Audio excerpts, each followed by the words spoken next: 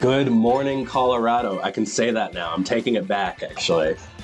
We are here with our commentary for the Pokemon Cup on this fine, fine Sunday. I've got a special guest, known player, known troll, Anders Nordstrom.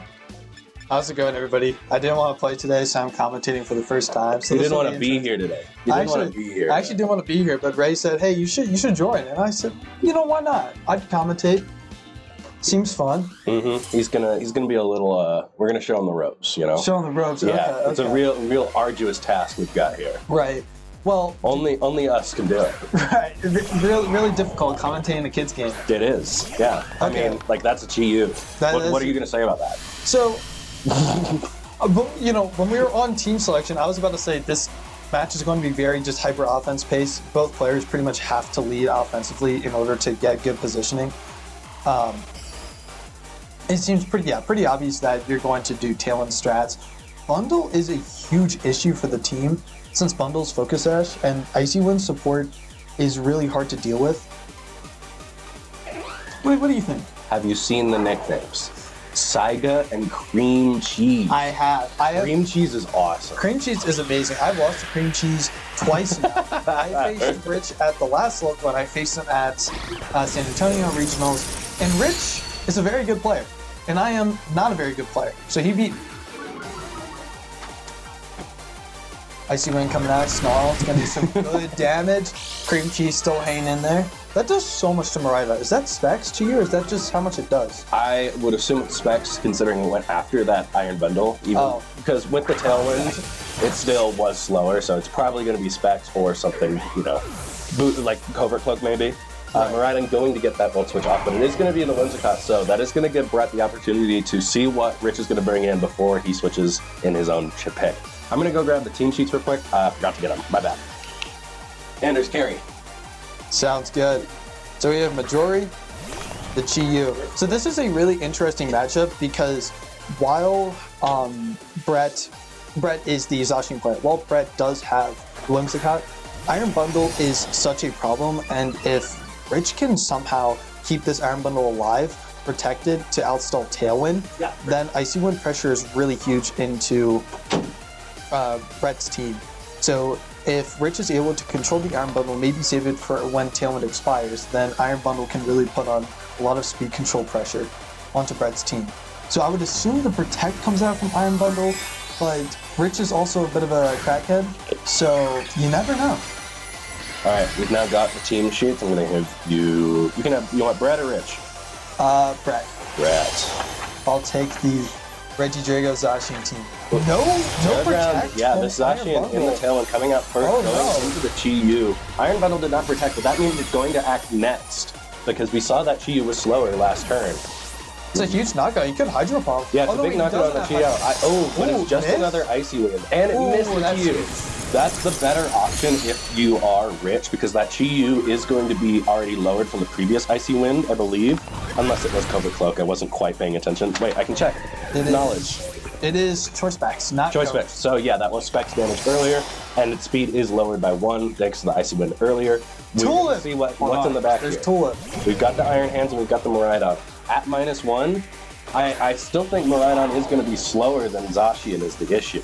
It should be, yes. I do think that we will now be, I don't know, will we be faster than the Chi-Yu? I don't think so. The thing is that, the Ditto switch is interesting. You can obviously go for Fake Out to stall at the turn Tailwind. It might be the last turn of Tailwind, so Zacian definitely wants to switch out. I believe we have one more turn to take, correct? Because it was first turn, that turn was turn 2? This should be the last turn of Tailwind, unless I can't count. And honestly, my teacher said I'm not very good at math, so we'll find out. We're going to get the exclusive, yeah. Yeah. Fun fact, in high school, my math teacher called me King Tut because I told him that everything was hieroglyphics and it made no sense.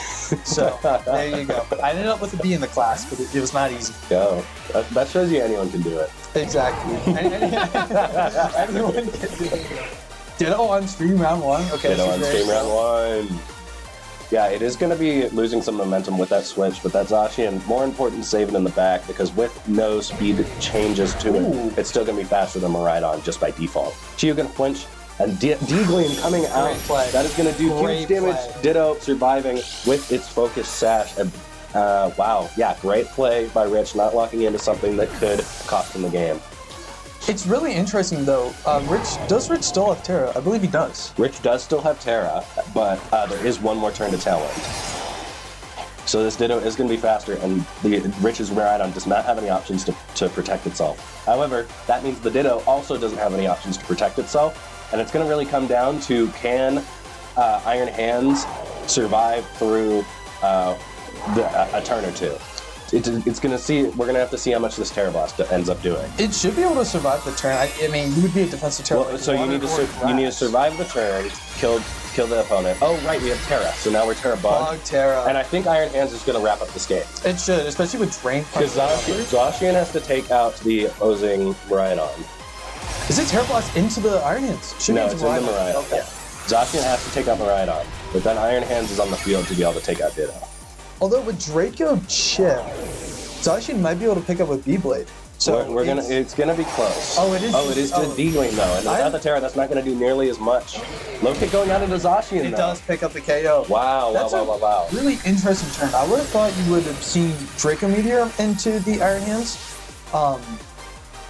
but I guess if you're just going to pick up the KO on Zacian, you would have to go for a potential crit on the next turn. I mean, if you're in a hypothetical world where Rich decides to risk a Terra on the Miraidon instead, maybe predicting that Draco Meteor, thinking I'm not going to survive, you are able to go for that Dazzling Gleam and assure that you pick up on that leftmost slot with the chip damage from both moves. Right. So yeah, it's going to be interesting to see where this goes from here.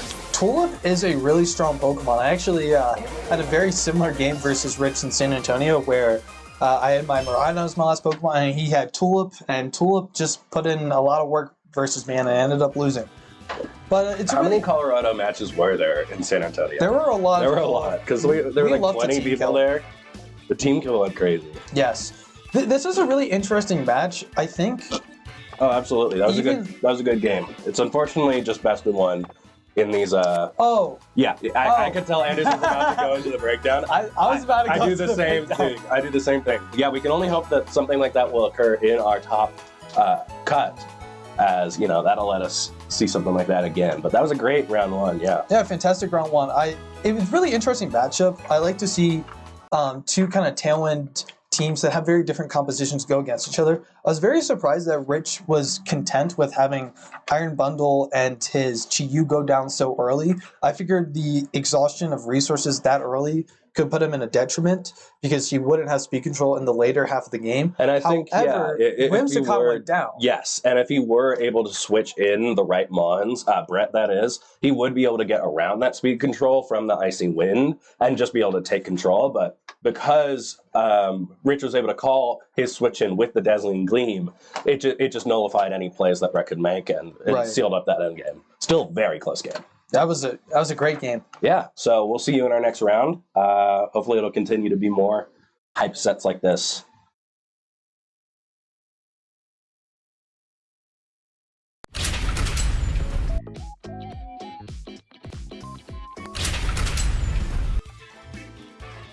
I missed the unmute. Okay, yeah. Round 2. Let's go. Round 2. Peter versus Enrique. Goat versus Goat. Two of the best Colorado players. Welcome back, gamers. Round 2 time. Peter's using...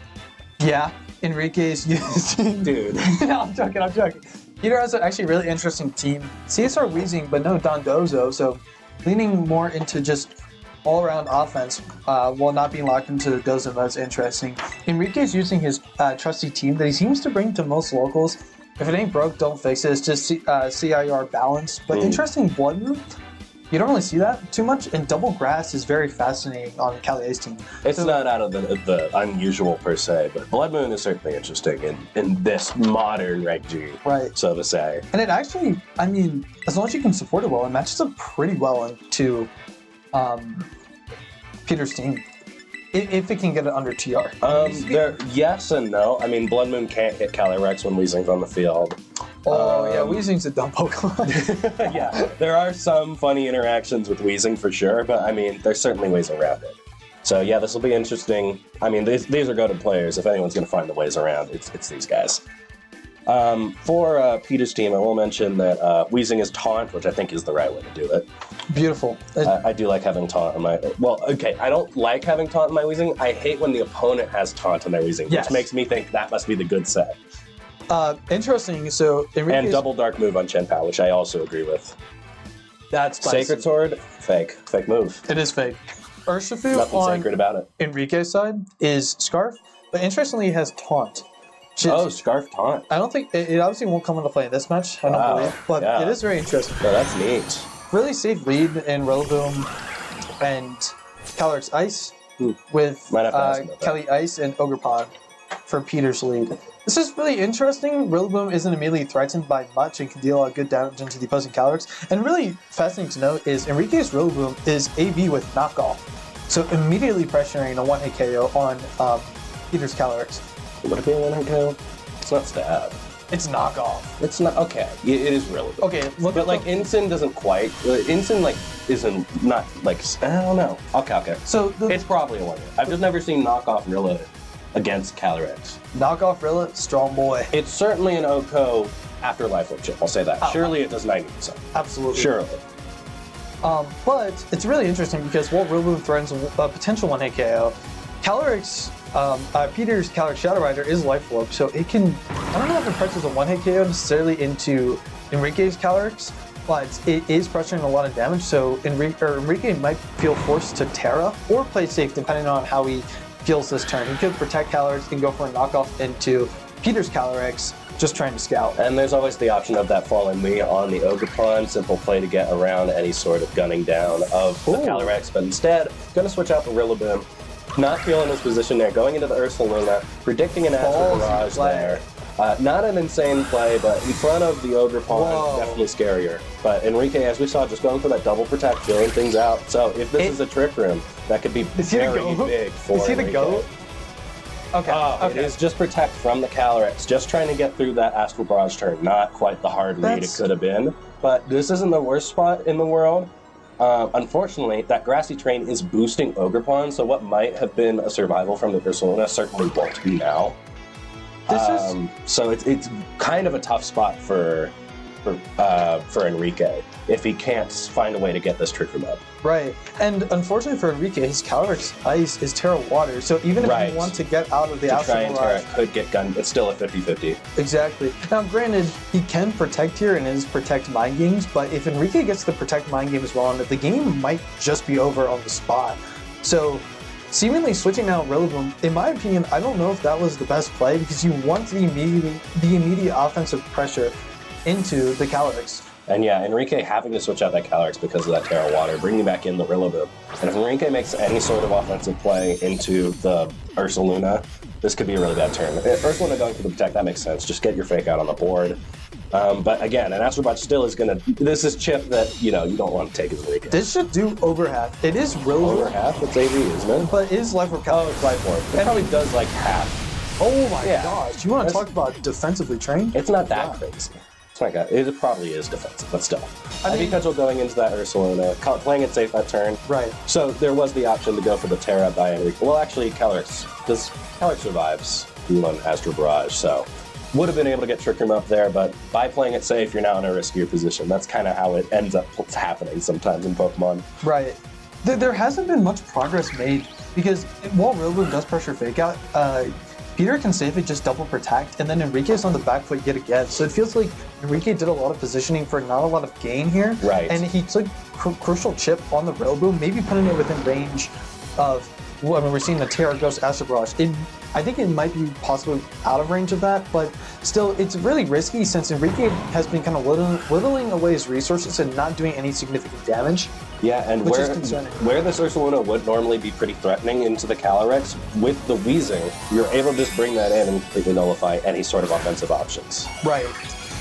Calyrex going for the Terastallization, getting that Terra Ghost, possibly afraid of that knockoff coming after not picking up the KO, or just trying to snipe the KO on the Rillaboom. Not going for any sort of switching into the Weezing makes sense. You're just going to gun it down. I mean, they would be forced to terrestrialize their Ursa Luna in order to survive a turn. Rillaboom should live this. It does just barely. That's incredible. That's We're gonna see fully due to that grassy healing. Yeah, Ivy Cudgel coming into the Rillaboom. You're gonna finish it off. But that gives this Ursa Luna a turn to act. Is it going to be an attack into the Calyrex? If it just goes to the Blood Moon, Enrique's in such... Oh, but it's Blood Moon into the Ogerpon, potentially fearing that option of the Weezing. And yeah, that's going to let the Calyrex sit on the field another turn.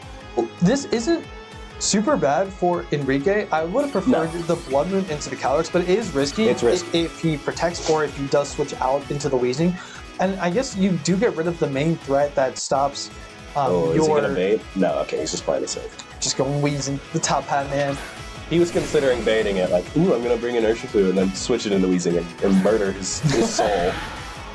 Send him to the Shadow Realm. Basically. Send him to 1-1. And yeah, now you've got Weezing on the field, and with the taunt that we mentioned earlier, there's no way to really get Trick Room up in this situation, and no way to hit the Calyrex with your Blood Moon.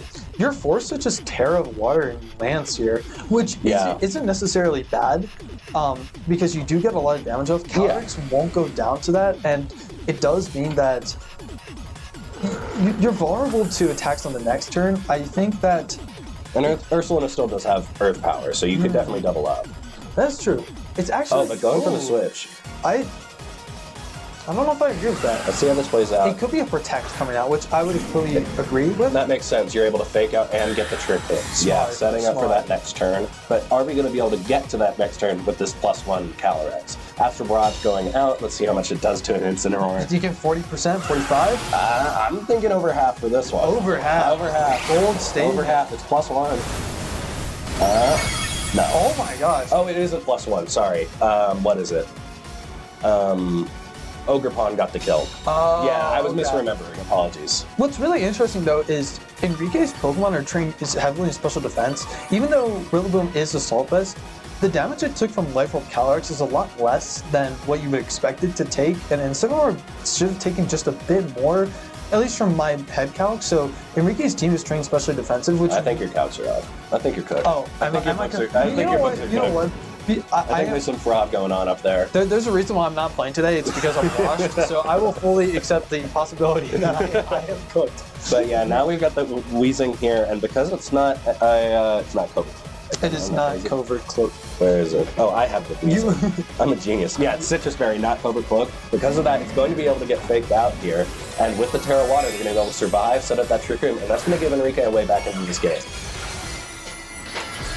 I guess you pop the Trick Room, and then once Incineroar goes down, well, I guess you could Parting Shot out, and then get into Blood Moon. So Enrique does seem to be in the driver's seat as long as he can get up the Trick Room, which he should be able to. Yeah, Fake Out comes out here. You almost don't want to take out Incineroar this turn because you don't want to give that free switch into the Trick Room. Astral Barrage coming out, that won't pick up the Incineroar as we saw. Smart play, but it is going to do over half of Calyrex, even though it's water. That's big. It's a lot of damage. However, the positioning is great. Calyrex does go for the Trick Room here. So now Enrique is in the driver's seat by having access to Glacial Lance and pivoting with Parting. That must be much more offensive with Calyrex, unless I'm missing something, surely, right? It should be. Yeah, that's going to be way more... Yeah, I don't know. That seems off to my head, but again, maybe I'm cooked as well. No, I think you're right. I think that should have... It does seem pretty offensive. Yeah, definitely interesting. And then we now have this Incineroar poising itself to hit pretty hard. Unfortunately, again, Calyrex is not able to... Honestly, Incineroar might just stay in a knockoff. Now I'm thinking about, does it have knockoff? Let's check. You have it. Yes, it should have knockoff. It does. It does. So, double knockoff on this team. Interesting. Now, you could go for knockoff and Glacial Lance. However, Weezing does have the Citrus Berry, and it can still eat the Citrus Berry because of its ability neutralizing gas. So Glacial Lance should not be a two-shot. Ice Star shouldn't even knock out. And knockoff won't knock out, I don't believe. Oh! Is that crit? No, wow, it just goes down. Wow. Yeah, must be more offensive with the Calyrex. Wow. Well, that was really fascinating. I would have for sure thought that knockoff would have. I mean, it usually does like... Ooh, what's the usual calc? It usually does like 150 to a normal Calyrex, so it would do like 75, and then there's Life Orb, so it's probably less defensive. I don't know. That's tough, but yeah, Calyrex going down there means you're not able to get any sort of offensive momentum here. And now you're forced to bring an Urshifu on a turn that it can get Parting Shotted, it can get anything. However, Well, Enrique is in the driver's seat. It's not like he has any room to position in. You can go for Surging Strikes, or you can Aqua Jet the Incineroar, which will pick up the knockout. So you're in the driver's seat where you can just take a knockout here, and Enrique doesn't have positioning. Well, Ursaluna can come in next turn. You do have the option to take a huge Pokemon lead advantage and maybe try to stall the last few turns of turn. My issue is I don't think we can afford to... I would love to double protect as Enrique, but if we double protect, we let Ursaluna come in. And if we don't double protect, then Calyrex gets to attack. And with Urshifu, how it is, you know, I mean, there's just no way to take care of Urshifu and have Urshifu do damage and have it survive long enough to get rid of Calyrex. I don't know. It's right. Protect coming out from Weezing. Is it a double protect? It is not. It's the Glacial Lance coming out from the Calyrex. Not +1, neutral, correct, I think. So this should be a Will-O-Wisp coming out into the Urshifu. Did Urshifu maybe target the Calyrex with something? Are you trying to stall? It is the burn. Wisp into that Urshifu, and at this point, it's going to be really tough to bring this back. I'm assuming Urshifu does target the Calyrex, maybe hoping that it won't pick up a knockout so you can stall out the TR. Correct. Okay, so Calyrex won't go down this turn. I think it might with the poison damage. No, it should. It should. So this is really interesting because you can stall out a Trick Room. Your Urshifu is burned, so it's probably not going to be able to work through the Blood Moon Ursaluna. But at the same time, if you can outstall Trick Room, Calyrex will go down next turn. You can now take out the Incineroar. Urshifu won't go down, and then you can double protect the next turn, stall a TR, and then you have Urshifu and Weezing on the field versus Blood Moon. The issue is we're going to lose Weezing this turn if we don't get a double protect with it now. Agency. Okay, well, hey, gotta believe, you know? Let me just say this. I am unbiased. I just would like to see a double protect because it's kind of funny. But you're a psycho. That is true. The only play here is the double protect. If you don't get the double protected, then I think the game is sealed. Yeah, I mean, it's important to notice that, you know, Enrique has set up the favorable endgame. It's just, you know, whether or not it's the perfect endgame.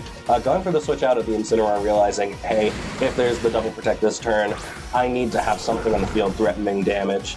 And this way I also get that additional Intimidate when it comes back in, but not getting protect. Glacial Lance coming out, and Urshifu not needing to go for that protect because of its health range. But he's going to get an attack off. If Urshifu goes for the Surging Strikes here into the Ursaluna, that's true, yeah. Then honestly Peter could have a chance of winning.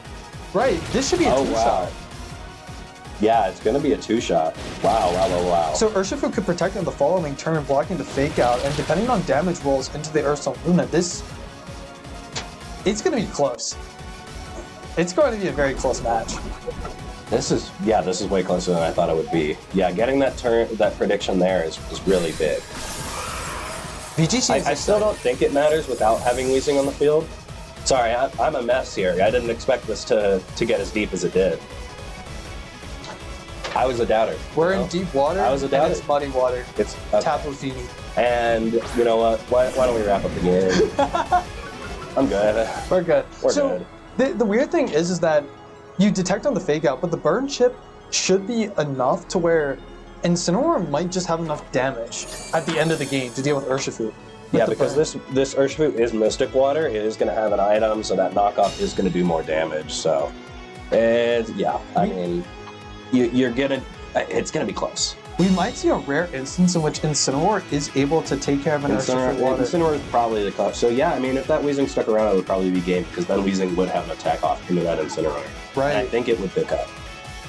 So, assuming Surging Strikes does pick up the KO on Ursaluna, I think knockoff plus burn chip might get it. I'm pretty sure. If not, this it looks like neutral knockoff. Takes it. I'm pretty sure. Should be a knockout on Ursaluna here. So now it's in the Incineroar Urshifu 1v1. This is a great match. Yeah, I mean, this is so close. So is it enough?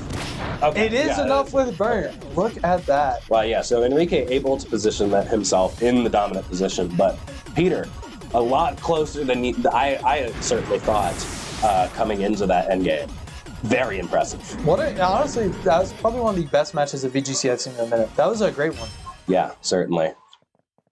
Well played to both players. Congrats to Enrique for taking it in round 2. Yeah, Rich. Who even is Rich? Don't know. Don't know. Yeah, I don't even remember the last match because that one was so hyped. So think about it. Rich is he's the cream cheese guy. Oh, the cream cheese guy. Yeah. Oh, yeah. I don't remember him. I only remember Enrique Peter now. Yeah. Egrim PTP. Are you shipping them? No. And then we're going to go to our round 3. That's what he said. Going to our Not round me. That's 3. what he said, not me.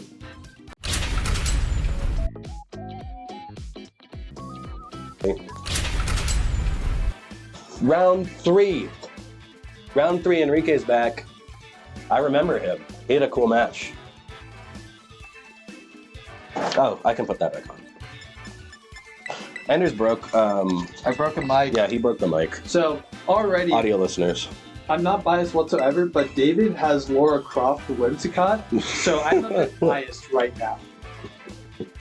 Maybe, no, that's L Croft.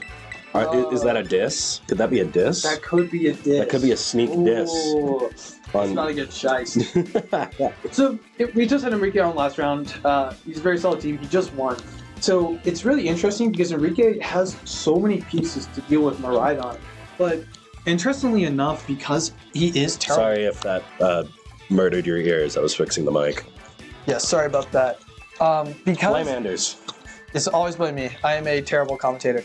So because Ogerpon, because David does have Ogerpon Fire, it feels like Enrique's Calyx Ice is never safe because it is Terra Water. So while Enrique can deal with Miraidon, Enrique doesn't necessarily match up super well into a lot of the support pieces that David has. So it's really going to be a battle of position more than anything else, because Enrique can deal with Miraidon, but Enrique might not necessarily be able to deal with the other pieces. And maybe same goes for David. Could Enrique 1v1 Lara Croft? That's what I've been thinking about. I think so. I really... Okay. Lara Croft, full geared. Like, she's fully ready.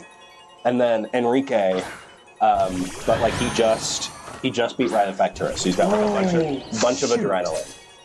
So before we talk about the match, I know we're on stream, so I will keep it PG. But during San Antonio Regionals, we had an Uber driver, and he was like, "So what are you guys here in San Antonio for?" And we all said, "Oh, we're here for the Pokemon Regional." And he's like, "Oh, that's cool. Yeah, San Antonio houses a lot of like anime conventions and Pokemon stuff and like Comic-Cons." And then our Uber driver, who looks like he should have been surfing waves in California, was like, "Yeah, dude, I kind of vibe with the like anime and Comic-Con conventions. I remember Lara Croft. She was awesome. She was like so hot." And we were all just like, "Yeah, that's great." So no Lara Croft lead though, so that's very sad. But like I said in the beginning, Ogerpon just puts on so much immediate pressure onto the team. Completely not the question I asked. You know what? What did you ask? No, we gotta stop. We'll go on forever. Okay, we'll go on. Consider it a feisty. I like that. But I feel like immediately Enrique's forced to play defensive, which is not a bad thing because he has a lot of tools to deal with what David can throw his way. But it's important to note that immediately Enrique just is forced to play defensive and play around this Ogerpon. I mean, Dr. Dondozo is never afraid to play defensive. No, Dr. Dondozo, never fear. Going for the immediate terror with this or Miraidon though. I mean, yeah, I can understand the play. You're immune, or you're limiting the damage from an immediate Glacial Lance, and you're just able to boost yourself up while doing that spread damage. Ivy Cudgel coming out into the Incineroar, getting a good switch there by Enrique. Yeah, but what is this? Wow. Yeah, great turn. Well positioned. This is really good for Enrique now. It feels like Absolutely. You're very safe to just be able to set up a TR. Honestly, yeah, TR is super safe here. It feels like now the Ogerpon isn't as much of a threat. Enrique was able first turn to position correctly, and now it definitely seems like he's in the driver's seat, being able to supposedly set up this TR. Yeah, I mean, it might look like everything went perfect there, but David was able to smartly identify that, Enrique was able to smartly identify David doesn't have Farigiraf, which means that he can wait for these situations. He doesn't have to immediately pressure something like Fake Out or something like, Trick Room, because he's able to set up situations where next turn I can get just as much value, if not more, because there's no threat of suddenly there's a giraffe and I can't do anything. Before Scarlet Violet, I was a huge giraffe supporter. We should save them. They might be in danger. Now, giraffe's kind of annoying. You know what we should do? We should just cut the trees in half. We should make it so all the trees near giraffes are like half the size. So then they're like forced to get shorter to eat the trees. Well, no. What happens is then they devolve into a giraffe array, and then each head gets like the separate part of the tree, and so they can just nibble on the tree. But because like, giraffes eat trees. And see, like that's fine. I think like half giraffe is cool. Like I like that. I like the two-headed giraffe, but the one-headed giraffe kind of mid. Well, he's got pajamas on or something. I don't know. I don't know what they did with Fergie on. Yeah, what? just I don't know what was Fergie. Does he have a hoodie on? Like a hoodie? Like, no, he got eaten. Oh, he got eaten by the other his tail, right? You know, never thought about that, but we're on the booth right now, so yeah, I agree. I think I'm right. No, you're definitely right. Anyways, Calyrex could be a giraffe if you tried hard enough. I feel like it is. Okay. What if instead of like having a horse head, it was like a centaur, and Calyrex was just where the Calyrex was where what's his face? What's the horse called? The horse. Yeah, was where the horse's head actually is. What do you mean? What is the horse called? Well, it's Spectrier. Oh, Glacier. Glastrier. Yeah, it should be Calyrex's head, Calyrex torso, instead of the Glacier head. Yep. Absolutely. Centaur. So, hashtag @PlayPokemon if you want to hire us to be commentators, please. I feel like we're really experienced. I mean, so. No. I was thinking, Pokemon crafting. There should be an anglerfish Pokemon, not Lantern. Okay. It should have a Wishy-Washy as the little lure. I would love that. I think that'd be big. We need some more deep sea monster type Pokemon. There are a lot. There's a good couple, but they all came in like Gen 3, right? We need more powerful They were all at once. They spammed us. The meta got flooded. It did get flooded. And it wasn't Kyogre. Sorry, I've locked out this match. So we've locked out. So one really interesting thing to note is on the previous turn, Calyrex's Glacial Lance did crit the Ogerpon, which means that even if Ogerpon does get terrain recovery, it's still within range of whatever attack Calyrex wants to go for. Right. So even if you try to get terrain recovery back, it's still going to be within range of Glacial Lance. However, David is doing a good job at trying to position out this Trick Room. But Enrique just was able to get in Ursaluna, so while David is safe, was saved this following turn, he's just going to have to take some damage. Yeah, and I mean, he still has the resources to sacrifice here. It's not the end of the world, but having to sacrifice those resources means when that Trick Room ends, you have to get rid of the Trick Room Center. So we're going to see if that's going to be able to happen. Follow me coming out from the, what's his face? Ogerpon. Glacial Lance coming out. Is it going to get knocked out? Oh, my goodness.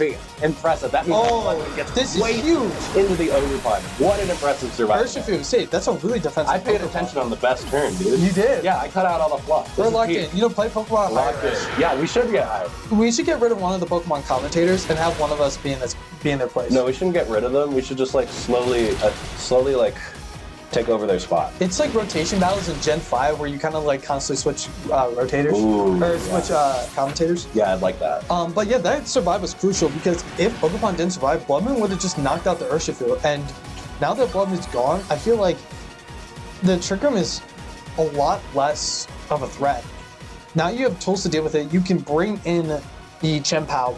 And now like you have Incineroar, you have Calyrex Ice under Trick Room, but for Enrique, it's not as good because your main offensive piece under Trick Room is gone.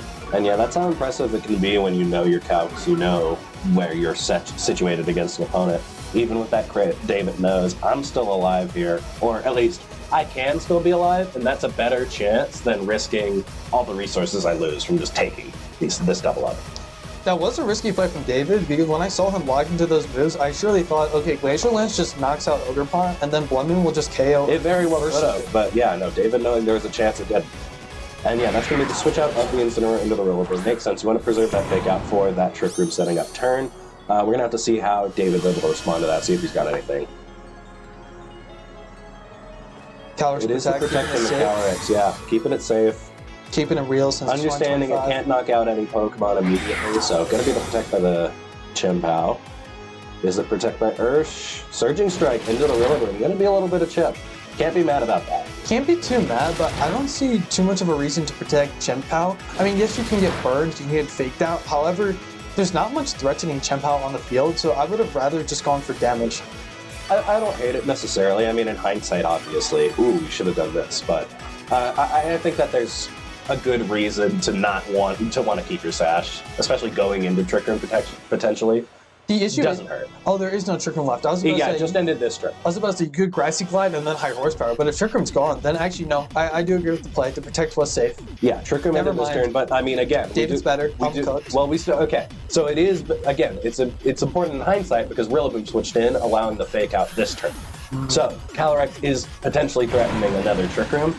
Issue being, is it going to be able to get enough done in that Trick Room? It is just one horse. So what's interesting... And it doesn't have a stat boost because the Ogerpon survived. What's interesting to note is David could switch out Chien-Pao from Miraidon and click Taunt. But no, we just see a fake out come out. Yeah, playing it safe, knowing I can get some guaranteed value here. Close combat coming in. This is -1 from the Intimidate. No knockout. But it is boosted by the Chien-Pao. No knockout. Let's see what this Calyrex does. It's just setting up the trick. There is a Trick Room. So there could have been a chance to go for Taunt there. So do you value Taunt or chip damage on Calyrex? I think Taunt would have been better there personally, but I can also see just wanting to go and opt for chip damage. Maybe thinking a Sucker Punch plus Jet will knock out. Except there is no Jet. This could get interesting now. I think the risk you take with Taunt is that if a move comes out from that Calyrex, it could be a lot. And without Miraidon immediately on the field, I don't know. It's interesting. Maybe you assume that Urshifu was the one that was getting faked out, but even still, you probably should have Taunted. It's tough to say. I feel like Taunt is the correct play because now it seems like with Trick Room up, David just doesn't have the resources left and the positioning to handle this right now. Yeah, I'm trying to think about the justification. It may have very well been an overthink, but... Withdrawal Calyrex is interesting. I mean, obviously maybe it's within Sucker Punch range. Yeah, fair play from... I don't think you're worried about the Sucker Punch. You are -1, but you are able to get now the Intimidate, dropping both Pokemon to -2. And with Close Combat being the only move that can really hit both Rillaboom and the Calyrex, you want Intimidates on Urshifu in this situation. But calling that correctly, Miraidon coming out onto the field. The favorite son, baby. Yeah. He's here. And there's going to be no way for this Rillaboom to set up that terrain again. Yeah. Ooh, what a smart play by David. So, but a U-turn. It is U-turn, which is a risky play, but with the -2, it's not as risky. So now this is well played by both opponents. I thought this turn was favorable for David, but the U-turn coming out means Calyrex is a safe switch in here, and you're free to get damage. Yeah, definitely flips the script. This was going to be a closer match than I originally anticipated. I thought Enrique had it locked up once he set up the Trick Room. I wouldn't say it was locked up, but it was certainly favorable. I think what will end up determining this match is whether Miraidon gets a turn to act. Calyrex won't be able to knock it out in one hit, but it will be able to get 2 hits if it were to stay on the field. So we're just going to have to see what David opts to do. Going for the Dazzling Gleam, it is fake out in the Miraidon. That is the wrong call there. It is going to allow Calyrex to get a Glacial Lance off. It's going to be down to whether Urshifu can get enough done during this turn. You can Surging Strike into the should take care of the insert. That takes it out. But are we going to be able to get through Trick Room with just the Chien-Pao?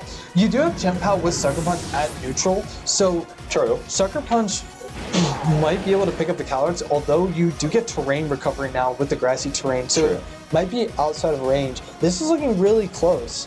I mean, you almost have to take the KO with Incineroar, but I would have preferred to have maybe gone for something like a, I don't know, maybe it's tough to say. I was thinking maybe switching Chien-Pao to get. It's really tough to say because you wanna get your Miraidon in obviously when the Trick Room ends, but that's almost impossible to do given this positioning because whatever comes in, Chien-Pao's just gonna boost the damage of the Calyrex and the Rillaboom, and even the Incineroar. It doesn't really matter, but it's boosting your opponent, and you don't want that. And you don't really have the chance to survive any moves when your Urshifu is already at -1 defense. Exactly, and if Rillaboom just goes for a Wood Hammer into, or even a U-turn into the Chien-Pao slot, the game should be just locked right now. Yeah, and I don't see any reason for Enrique not to do such. Yeah, that's the Wood Hammer into the Chien-Pao should pick up. Yeah, well done. So it's looking really bad for David right now. Not impossible necessarily, but maybe you could potentially go for a crit Close Combat into the Calyrex.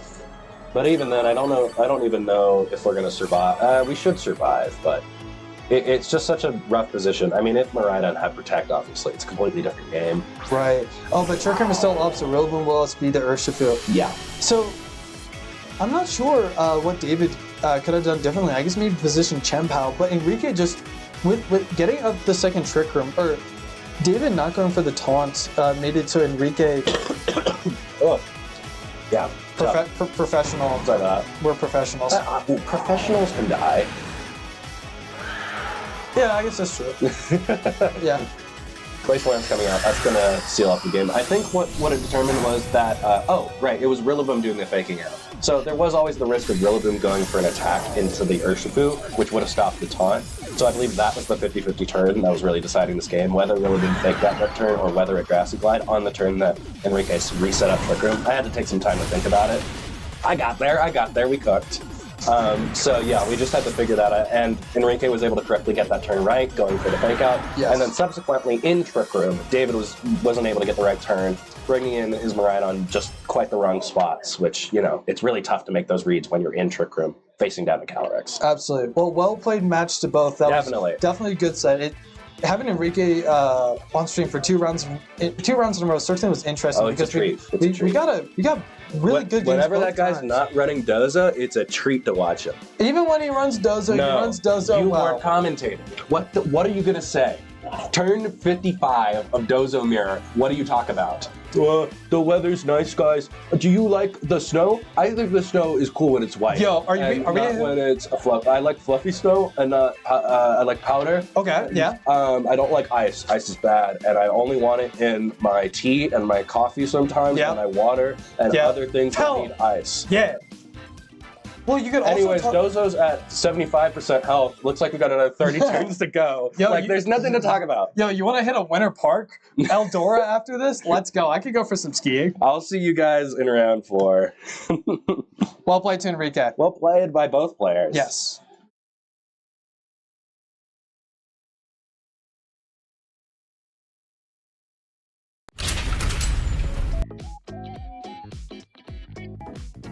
Okay, round 4. We had a couple technical difficulties.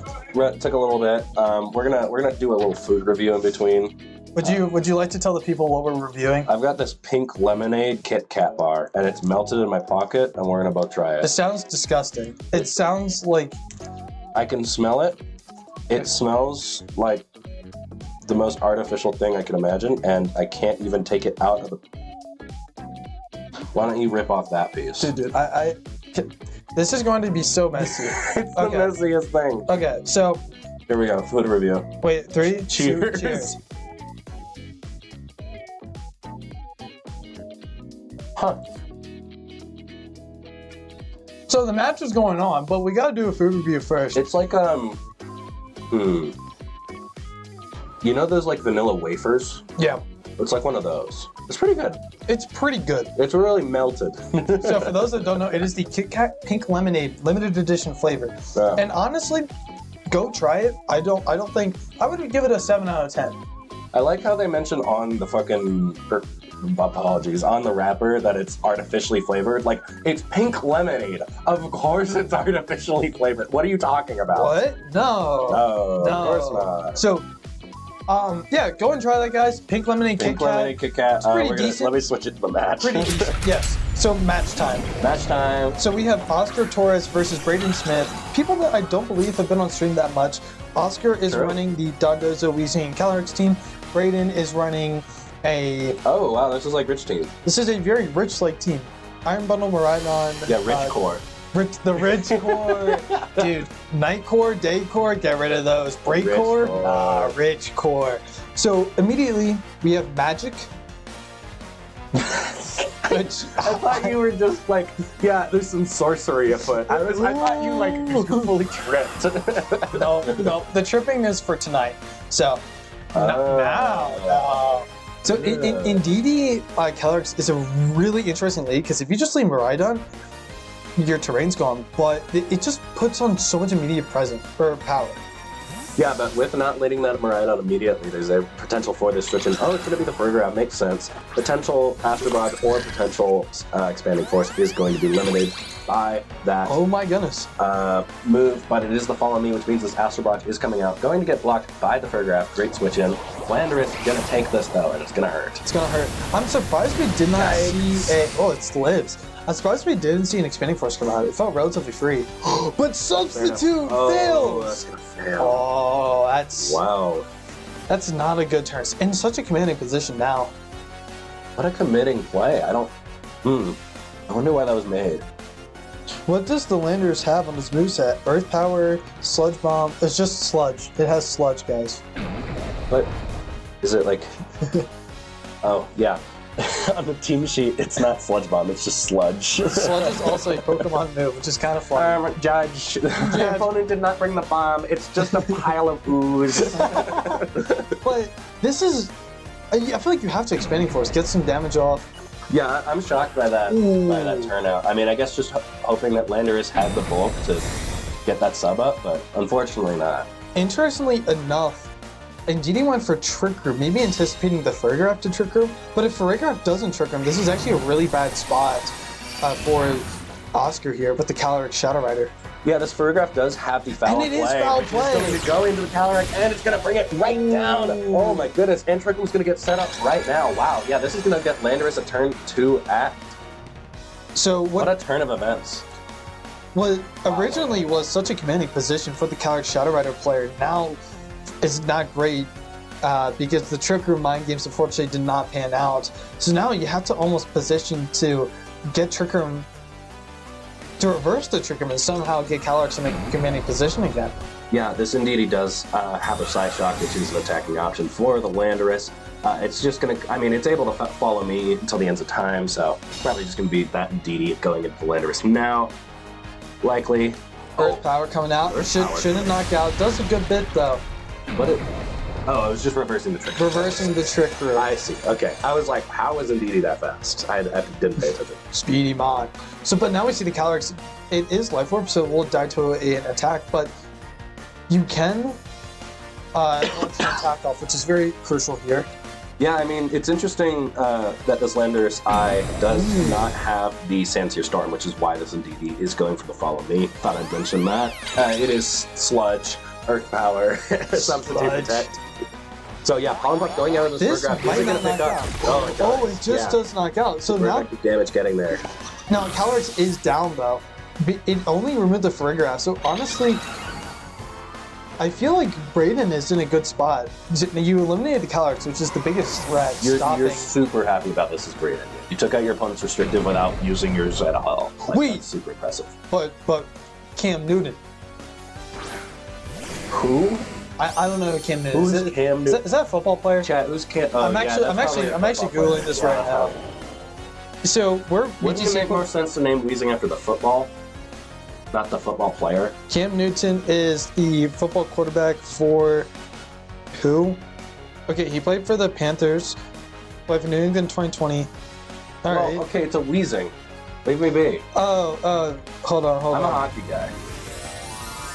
Okay, there's a photo of him with a pretty cool hat. So that is a cool hat. So he wears pretty. Okay, am I getting?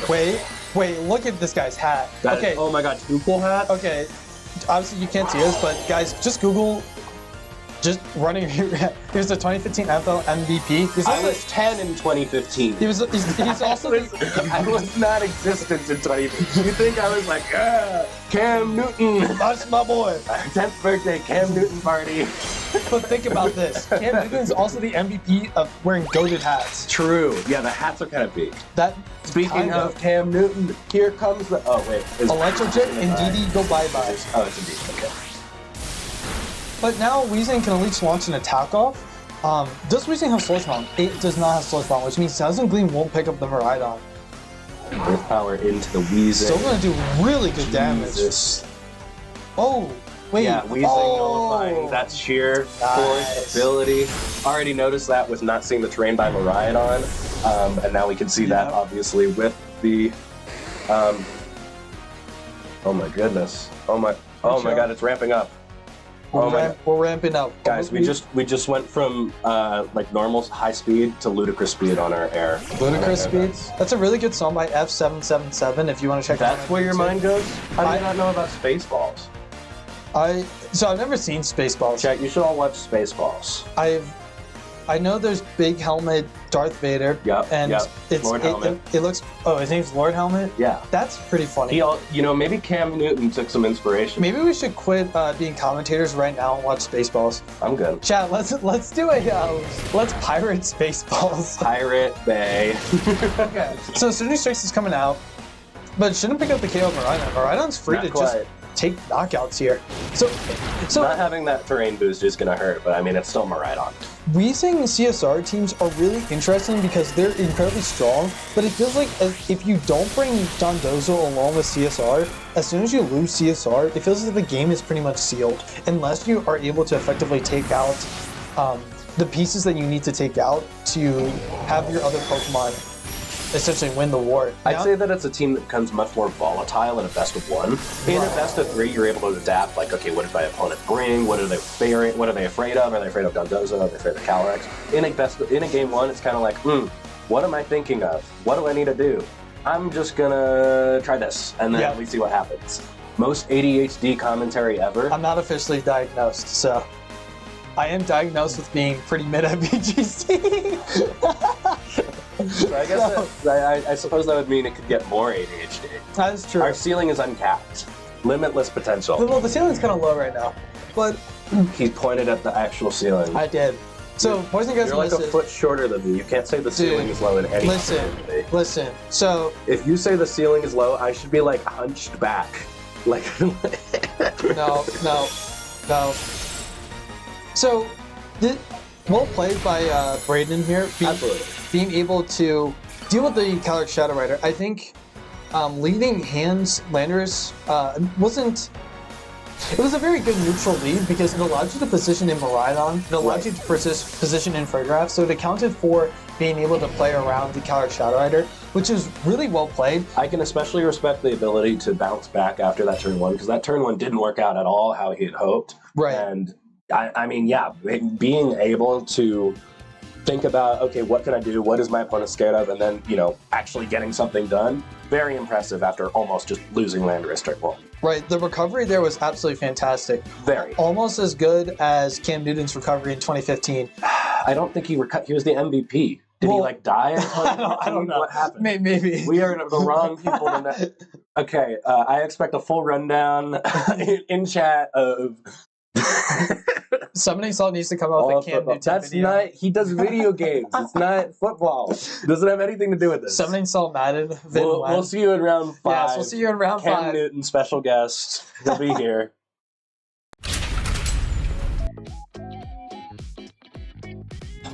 All right, welcome back to round 5. We have Daniel versus Rich, an exciting match here. Should be from Rich's perspective. So we're going to see cream cheese, maybe, again. Yes. I don't remember that guy. I only remember Enrique. Yep, only Enrique. What was round 1 again? I don't know. Well, because it went Enrique, right? Yeah. And then Enrique faced Enrique. Oh, right. I remember. Yeah, that mirror was interesting. Yeah, it was Okay, really you know good. what's interesting? We call it a mirror in Pokemon, but it's called a Ditto in fighting games. Isn't that weird? That's strange. Isn't that weird? That bugged me. I called it a Ditto. It's like, you mean the mirror? I'm like, dude, it's Pokemon. What do you mean it's not called a Ditto? Dude, you know what else bugs me? Why is Iron Hands Terra bug? Oh, okay.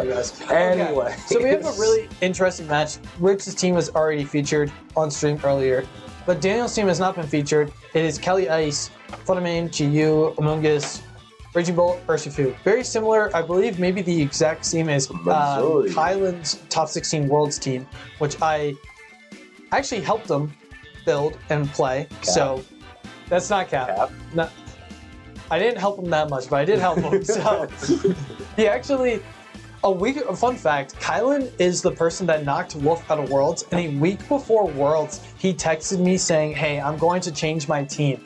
And I told him, no, you should stick with what you have. It's really good, and you know you're not practicing what he preaches. Bro does not ever. This guy will change his team during the tournament. He would.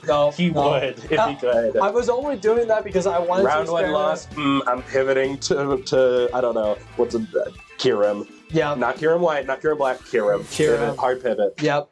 Banded Kirim. Banded Kirim. Yep. So this will be a really interesting match here. Funimate, I'm assuming Chi-Yu. Oh, Amoonguss. that's Enrique for you. Yeah, going for that lead. Chi-Yu coming out. It is not any sort of it's Scarf from Rich. It was not Specs. You lied to me that game. How dare you? Well, no. Brett's Chi-Yu. That was Brett's Chi-Yu with Specs. Yes, my bad. Misinformation debunked. Yep. All he does is spread misinformation online. Lies. Yep. Yes. Amoonguss is forced to Terra here, and Amoonguss is Terra Fairy, so it doesn't resist. Is it forced to Fairy? I mean, you don't want to eat a Heat Wave. No? I mean, you don't want to, but you die. Do you? Well, now you really die if he clicks over you. No, you really die. Yeah. So, yeah. Really so I don't know if I necessarily like this lead from Daniel, because this really is just all in and no Terra coming out. Oh no! If this could just be a double protect. If this is not a double protect, European. You're European. No, this isn't. You're European. This isn't. You're Enrique. European. Oh, it's not Enrique. No, sorry, I got caught up in the bit. And that is Rich. Okay, Daniel, you're European. Yep. Exposed. Daniel is exposed for being European. Dan's European. No, amazing play by Daniel. I mean, you're seeing that Chi-Yu, you're thinking, oh, it's Scarf. I need to figure out what it's locking into. Right. Double protect. You are European though, so tough. Yeah. Unlucky. Pokemon we kind of have hate wars against different continents. Okay, well, no. We don't have hate wars. America are just insane. They don't have any flowchart. They're just always insane. European is just, I will double protect turn 1 and then set up my Raging Ball with Calm Minds and then I will kill you slowly with Fatigue. Speaking of Raging Ball. European on the field. That it is. That was not a joke at all. You said that like it was a joke. It wasn't a joke. This is about to 60% though. Unless special attack job coming out. Oh. Predict of the year. Oh my god. Wow. You picked it up. Dude, I'm so good at that. I'm so good at this. Yeah. Okay, that does a lot less. I am a goat. Thank you. Dude, that felt so good. Yeah, this is not, is this AV? It's not AV, right? It is, it's AV. Oh, okay, so that makes sense why I did so little. -1, AV. Right. That chip wasn't super important there, but it might come up later in the game. We'll have to see. Yeah. You don't have a lot of great ways to hit the Raging Bolt as, Richard here, so you definitely wanted more damage than less. And now Rich is on the back foot. It really seems like he did select the Trick Room, and it really seems like that's your only option, because you can't really send in Miraidon because there's just so much threatening it right now, so you almost have to set up Trick Room. But it could be a double up into the Farigiraf, and if so, does Farigiraf survive? It does survive barely. Not quite getting the big KO. If Chi-Yu had stayed in, it would have gone down there, keyed it out. Raging Bolt is Terra Electric, so if it did go for Terra, Farigiraf would have been able to get up the Trick Room. Yeah. But with Trick Room up, it's still not too favorable for Rich, because once Farigiraf goes down, you're forced to send out Miraidon or Chi-Yu, and they just don't want to be in Trick Room. Exactly. If either Farig or Iron Hands go down, you are bringing in a Pokemon that doesn't want to be in Trick. Oh, wow. Yeah, immediately switching in to a Miraidon. What a play. Huge play. I suppose identifying that, I don't know exactly, because you're somewhat incentivized as Daniel to want to take out that Farigiraf. So unless this Iron Hands is taking care of something, okay, Flutter going down here for sure. Flutter just gets knocked out. But this Raging Bolt is left to have its turn, and if it's into that Miraidon with something like a Dragon move, it could just be the Electric move. Very reasonable. Does it Dragon? Oh, the my Dragon goodness, Ball. Covering any switches and a one-hit KO. With a critical hit. That makes sense, but wow. The crit matters. Probably. Crit definitely matters there, but even still, that would have been a great turn for Daniel, getting so much damage on Miraidon and in Trick Room. Incredible by him. Wow. What a call. And now you're getting Amoonguss back in. And really, there's not, at this point in the match, there's really not much Rich can do. Yeah, while you have that electric train up, you're not bringing in Amoonguss for that, you're bringing it in for that redirection. And while I suppose you could, no, I don't even know if you could get the Trick Room reversed at this point. Yeah, I think that the Trick Room was just, it wasn't the speed control you wanted in this situation. Now you're forced to try to target down the Amoonguss, get as much damage off as you can, but unfortunately, these teams tend to run Terra Bug Iron Hand, so it's not like you can get around Rage Powder. No, not at all, yeah. That Terra Bug, unfortunately not goated in this scenario. No, it is not. The only good Terra Bug is Terra Bug Heat Trade. True. Yeah, of course. Colorado non-Colorado players don't know. They shouldn't, yeah. They honestly shouldn't. It's ironic, we don't have any bugs here, yet we love them. That is true. Think about it. I am thinking. Rage Powder coming out from Amoonguss, that's going to keep this Raging Bolt healthy. If there isn't an attack into the Frigoraph, there could be the chance that this Tricky gets reversed, but I would expect to see just a Thunderbolt into this Frigoraph right here. Second noise coming out, that's going to put the Amoonguss really low, or not actually as low as I expected, only doing about 50%. Probably more defensive Frigoraph. And Dragon Pulse coming out into that Frigoraph. And at this point, you've only got Chi-Yu left. Pretty fast Mon, not really going to be able to hold up here.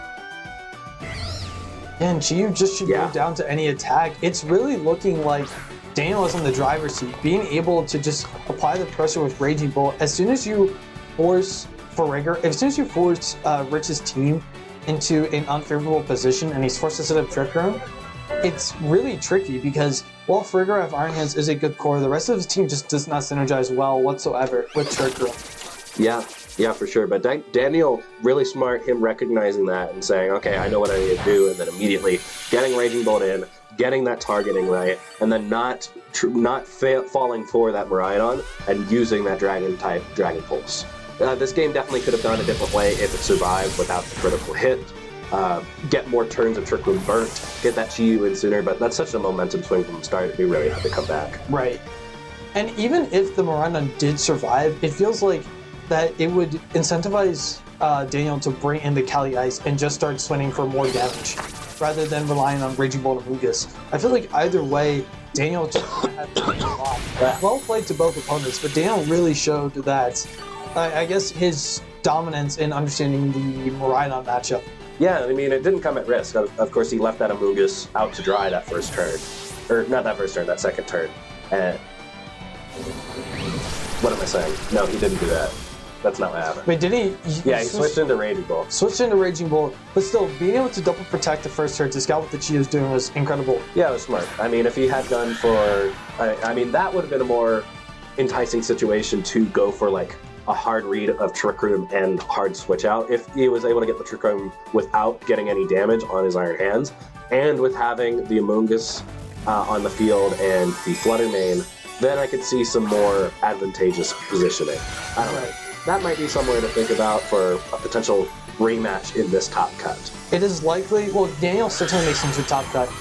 Rich, I believe, still with 3-2. I believe he would still make it into top cut because he lost It is an 8-person yes. top cut, yeah, and high resistance. Right, so I believe we'll be seeing these players, both of these players, again in top cut. So if they do happen to face off, this is something interesting to think about. Absolutely. So yeah, that's going to be Daniel's dub. Make sure to stick around. It's only going to heat up from here. Best of 3. Much more mind games. Much more fun. Yes. I'm hot. It's really hot in this room. It is very hot. I'm broiling. We are. Dear God. We're getting cooked right now. We are getting cooked. Internal temperature 165. Chi-Yu? Yep. So we're going to take a break because we have to do team check. I've got a job interview. Yes. I'm going to go do a job interview. He does have During team check, I'm doing a job interview. I'm going to come back either really happy or, and then we're going to, play Pokemon. We're going to commentate. Yeah. Bye. Job market.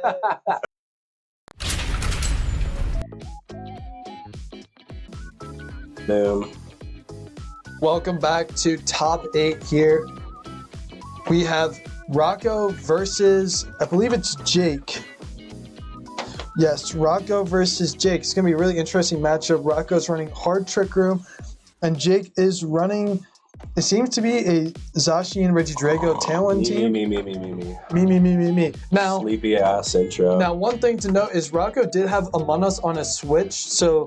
That's true. I can attest to this. So that is a little bit of bias in terms of who I want to win. Yeah. And so therefore, you see? Yep. Lock it Among Us. Proofs in the pudding. Lock it Among Us, bro. Oh. No Among Us. Damn. Bad medical. That shows that Rocco is just not meant to win because, come on now. You have Among Us on your Switch? I mean, like, it's current year. It is. Current year. It's 2025. And Among Us is your third game. Yep, it's the third. It's not even like in the bag. He played that game third. Yeah. So, unfortunately, we've already decided who wins.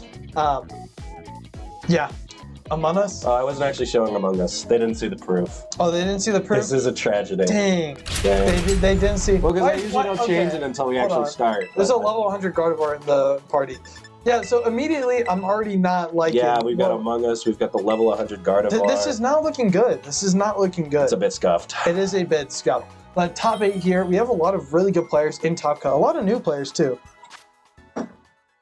Oh yeah. What do you want me to? No, it's not the job. I will know when it's the. Okay, yes, I will now say. So, I currently was supposed to have a job interview 46 minutes ago.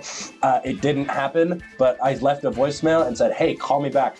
Like an idiot. So, just if I immediately run out of the room, you know what's happening.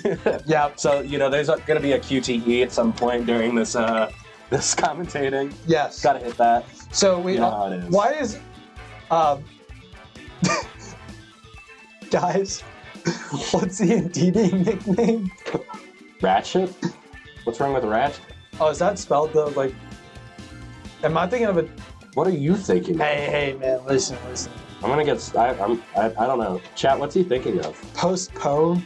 Not bad. Not bad. I don't know why. Why isn't the ogre pond named Postpone? Yeah. Wouldn't that make more sense? Yeah. That'd be a better pun. Why are only 2 Pokemon? Well, yeah, I was about to say, yeah. This is scuff. Already, I'm not liking the start of this. Bad vibes. He also hasn't even selected a Pokemon. It's hard Trick Room. Like, you know what you're leaving.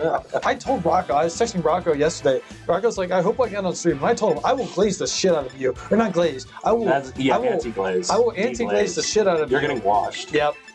So we see this Miracle Calyrex. See, I don't know if I could have predicted that one, even though that's like a very telegraphed lead. Just kidding. We will stop blazing. This is kind of an interesting match because Rocco is... Oh, he is Terra Water Calyrex. I was about to say, I thought it was Terra Fairy Calyrex. If so, Zacian just kind of washes. But I feel like Rocco just has a better matchup overall. I mean, it is Follow Me to the Hearth Flame, so you do have options to get redirect that Zacian. It's not Jover. Double Follow Me is nice. Hard Trick Room. Double Follow Me Trick. What a team. Why would I use my brain?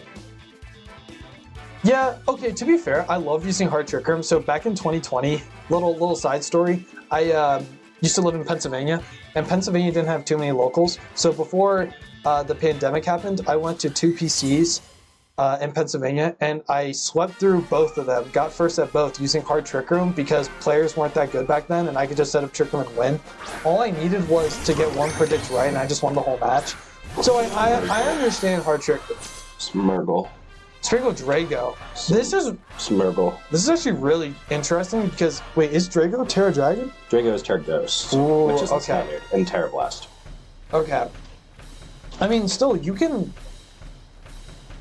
I mean, I guess you can't even fake out the Drago. This is really tricky for Rocco. I mean, you can just follow me and try to trick him,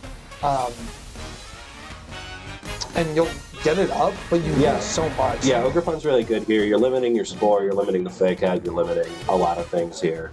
Well, you're already limiting the Fake Out Terra Ghost is what I meant. And your addition of, wow, you sneezed once? Yep, I know. How fun... How dare you? Listen, this is a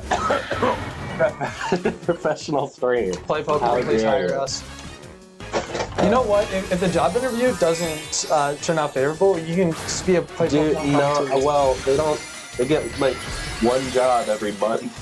Yeah, that you're a contract worker. That's whoa. So follow me coming out from this miracle. Good play, playing it safe. You're at a party, assuming that, or let's say you're a Pokemon commentator. Where is this coming from? Let's say you're a Pokemon commentator and you're at a party. Okay, which is oxymoron. Yeah, which is a rarity because you're a commentator at a Pokemon party, and somebody asks you, "Hey, what do you do for work?" and you say, "I'm a contract worker," and that doesn't mean anything. And then they're gonna say for what, and then I'm gonna say Pokemon. And then they give you 20 drinks, the entire room cheers, and you walk away. And then I wake up. Like, what are you talking about, dude? Yep. So Trick Room's getting up here, but at the cost of both Smeargle and, 75% health on Calyrex. I really think this wasn't a great start. I mean, you do have so much offensive pressure, so you can just double, and it'll work. The issue is that if Jay can solve the Trick Room, the resources have been exhausted to the point where you can't set Trick Room back up. So Rocco needs to make sure that these few turns of Trick Room he has left are able to effectively deal with Jake's team. But the thing is that you can double protect here pretty safely, and Zacian is a pretty free switch-in on the following turn, and if Rocco doesn't call like a Zacian switch-in, then the game might just be sealed. Yeah, I think that Rocco, in order to win this, is going to have to play aggressive. He's going to get some predictions right in order to win this. I mean, I think if he plays, say, oh wow, Terra this turn, not going for the double protect, very interesting. Both Pokemon do have protect, so that was an option. Oh, that's just the Ursula. Okay, that makes more sense. It's the bear. Yes, so this is probably a double protect by, what's-his-face, Jake. So yeah, like I was saying, I think Rocco definitely can win this if he gets every turn correct. It's just going to require a hard read. If he plays this safe, there's no way to get through a well-positioned. Like, Jake's just going to pivot around, get something that hits a resistance, stall that Trick Room, sweep out. So let's see if Rocco can make these turns right. That's the beauty of hard Trick Room. If you get the turn right, you win. One key as thing... long as they don't protect like 5 times in a row. Exactly. Shh, don't think about that. One key thing to note is Rocco's team name is Dark Side, which means he might be tapping in to his inner dark chakra, and he might just go for the crazy plays. Dark chakra? Does that imply there's a light? What is light chakra if hard Trick Room's dark chakra? I'm not sure. What is his light chakra? Hey, it's not always black and white. It's, you know? You just... Yes, it is. Yeah. You just quantified it to that. Listen. All I'm saying is, oh wait, he's selecting Earth Power. All I'm saying is Rocco needs to make some predictions in order to bring this game back. This team is named Ice Stone, but there's not an Ice type nor a Rock type on the team. Why is it named Ice Stone? Is that another word for like gallbladder? What is it? I don't know. There are a lot of confusing things happening. We do see the Zacian switching. Did Rocco capitalize on it? If not, this could be really detrimental to Our Rocco. hype is delayed because we were distracted by bad team names. Yeah, Hyper Voice coming out, that's not what you want to see. Do we see Lance or High Horsepower? Lance is kind of required here at this point because you need to take care of the Ogre Pawn. If there had been some sort of play like a perhaps Blood Moon or an Earth Power into that Ogre Pawn, getting rid of it, then we could maybe see a High Horsepower. But in this position, you had to click the Glacial Lancer. It was a lose-lose. So yeah, Rocco making the safe play, but again, with how many resources he lost turn 1, I think he needed to make a risky play. When I first started Masters as a hard Trick Room player, you have to play aggressive. You have to play like a crackhead, especially if you're facing somebody that knows how to position around Trick Room, and that's become a lot more commonplace, a lot more household nowadays. Everybody knows how to play around Trick Room. You have to play like a crackhead. It's really easy to think of Trick Room as a defensive team because the Mons are bulkier, they're slower, they're stronger sometimes. But really, it's just as offensive because you've limited yourself to needing to get your resources capitalized on within these 5 turns. Exactly. Rocco's team is similar to somebody that runs Whimsicott, Choice Specscalar, Shadow Rider. You have to capitalize and you have to get the turns right, and if you do, you just win. If you get the turns wrong, you will lose on the spot. And yeah, just probably going to be the safe double protect that is the... Oh, no, yeah, that's Scarf, correct? Yes. Or no, wait, I have it. It's Mystic Water. Oh, it's Mystic Water. Is that correct? I mean... How slow is Zacian? What? Well, it's Trick Room. It's other Trick Room. Okay, sorry. We're cooked. Yeah, I'm cooked. So, I was like, oh my god. Fun thing about Rocco's team, DD has Heal Pulse, which is definitely interesting. Yeah, I mean, we did see that double up of Hyper Voice and Glacial Lance did bring the Zacian down to under half health, but with how rolls work in this game, it's not a guarantee that would pick up. Any sort of switching here is going to be risky. You do have the potential of...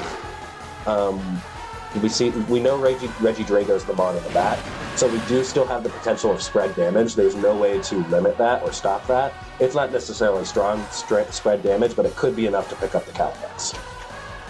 Exactly. So Indeedee's not necessarily the play. Yeah, I think you just need to stay in the attack and hope that there is no double protect. Yeah, I mean, it's not the greatest position in the world. Not getting the double protect is actually, that makes sense.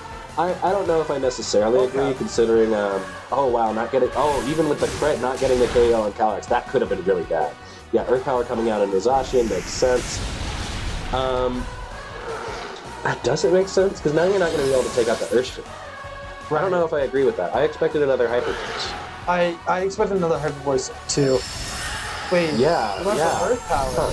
Yeah, Hyper Voice plus Glacial Lance would have sealed the deal there, I believe, for the Zacian. I mean, again, it wasn't a guaranteed pickup there, but that would also have helped you, considering if Reggie Drago switched in, those moves all hit. I don't know what you're covering for there. I'll be honest. I disagree with the play. I mean, but you're not necessarily in an awful position quite yet. You still have your Ursaluna. Issue is, if you just get Dragon Energy, you protect this. It is able to protect this turn. But you can get Surging Strikes. Yes. Although, what move does Indeedee have? It is Psychic as its attack choice. I just don't think Indeedee in the back, it can't be enough to clean the game. I think in the Game 2 scenario, Rocco really has to...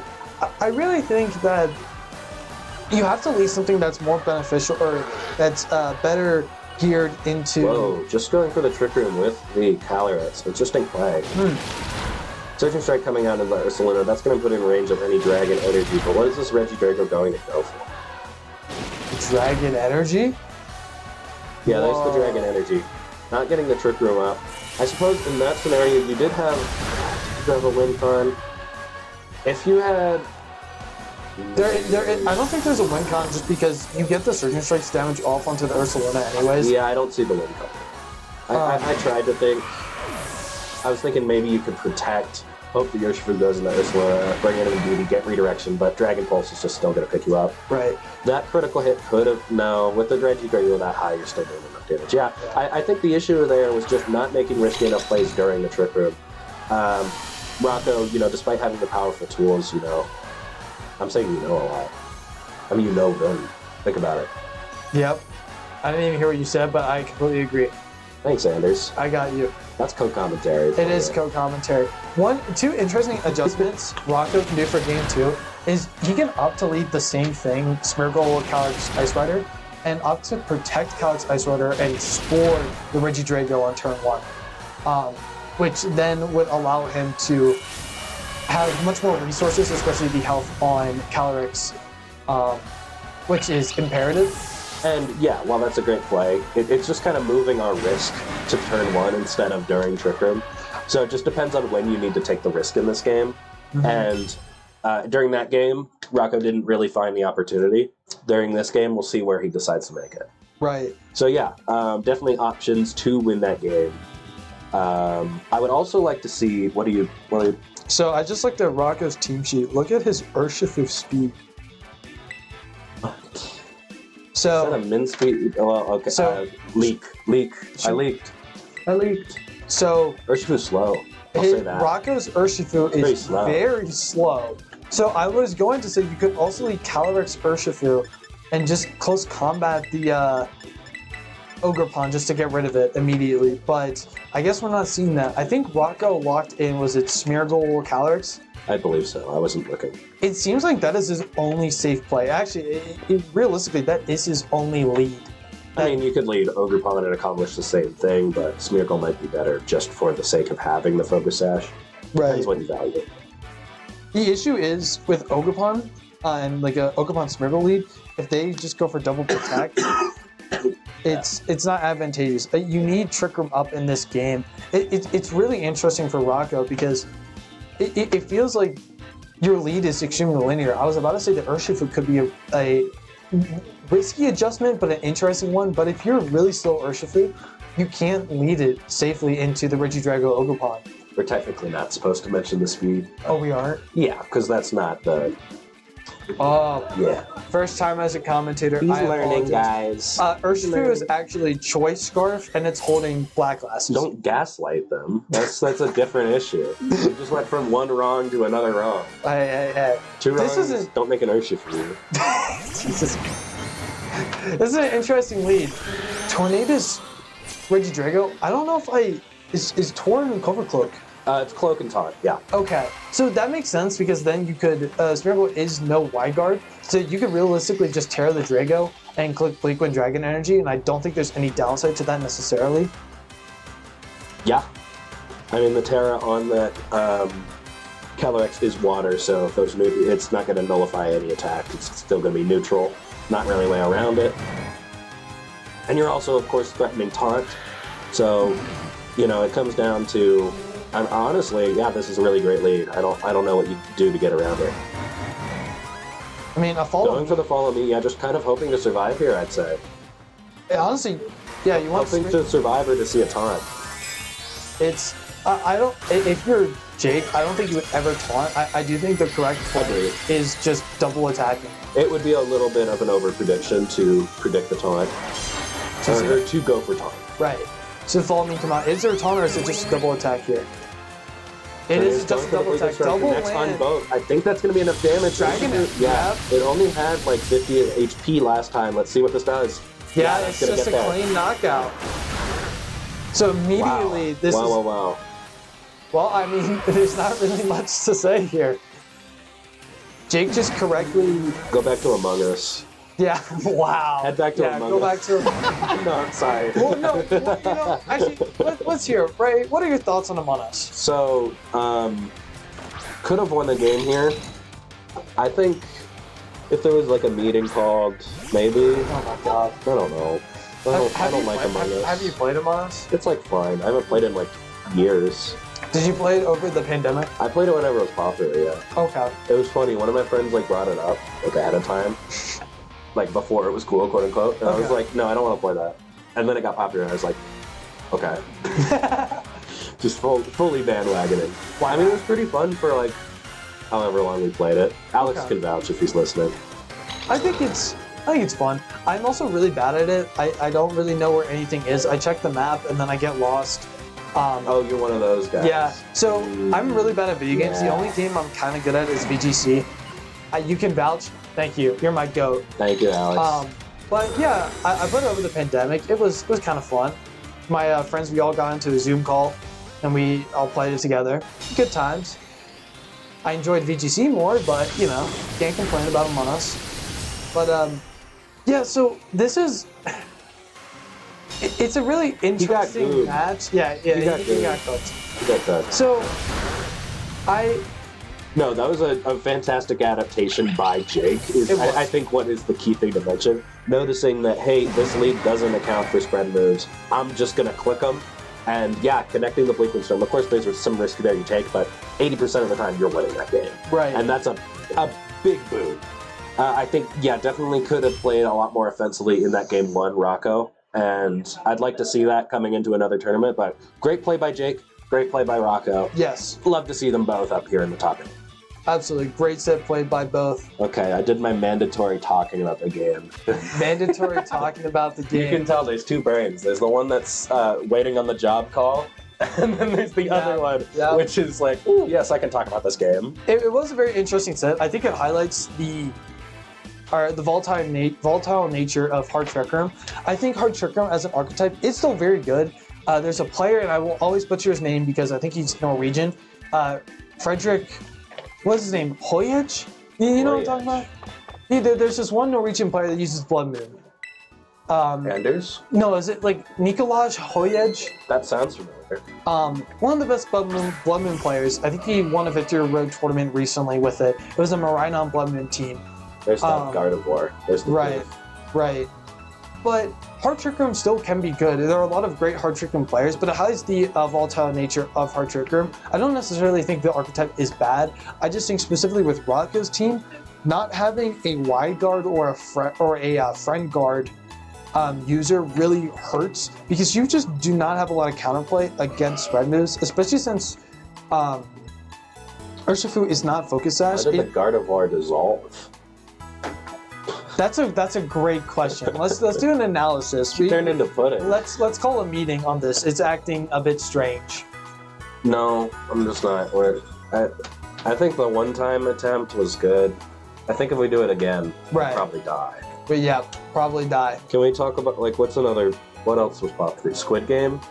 That was a squid. That was a really Squid Game, guys. Well, you were talking about the actual things. Oh, okay, yeah. Oh, Squid Game Season 2. No, okay, goodbye.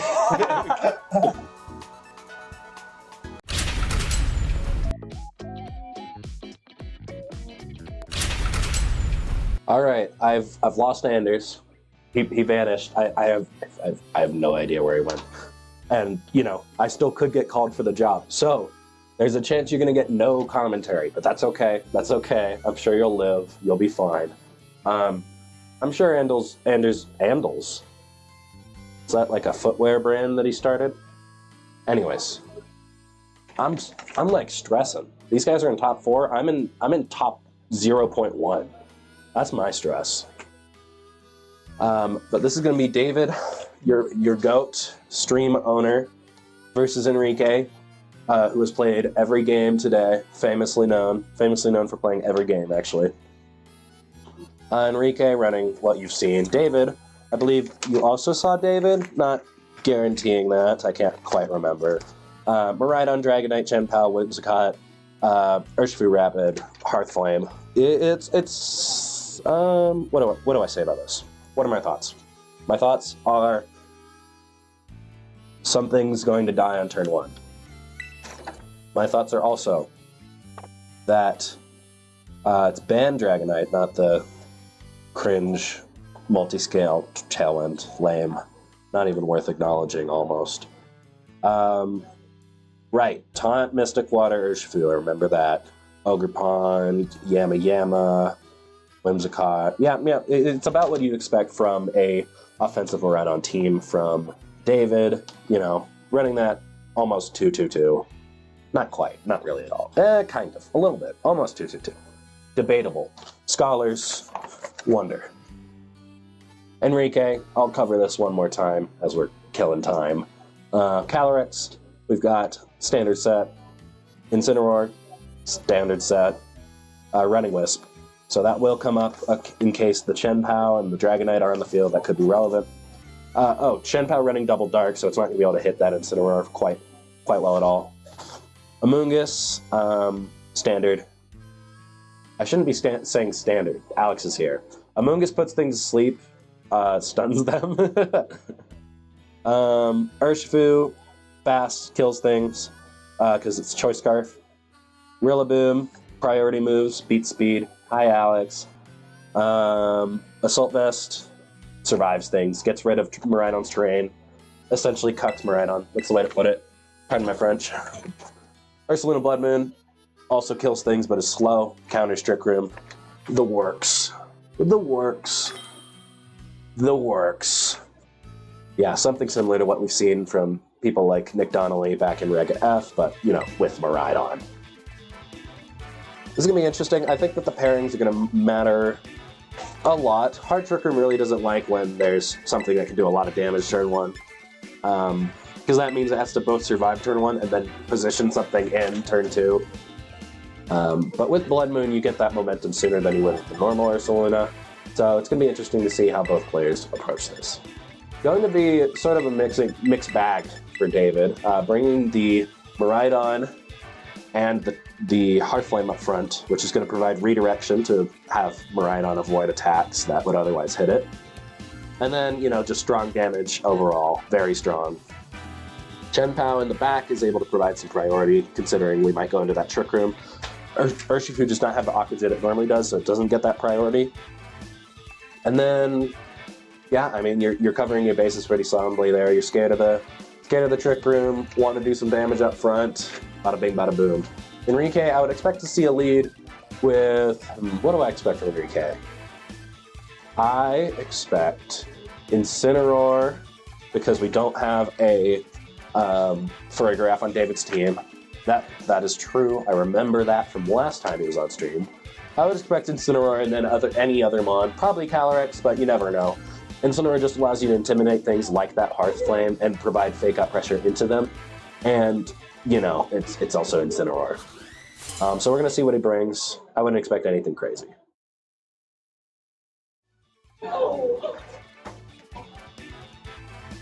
It's 2:22. It's been an hour and 22 minutes since I called. I might be cooked. We'll see. Oh! What? I don't... Huh?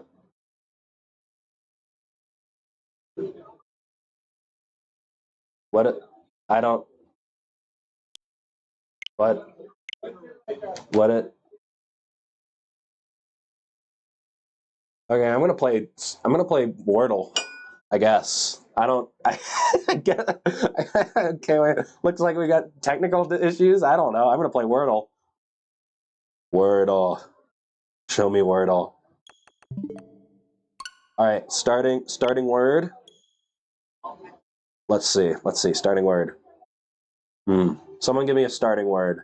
Actually, I'm just going to look for the first word that... There's ads in Wordle? Oh, God. Okay, first 5-letter word I see. Super. Someone talked about the Super Bowl. Enter. Okay, there's an E and an R. They're yellow and at the end. I'm going to go for...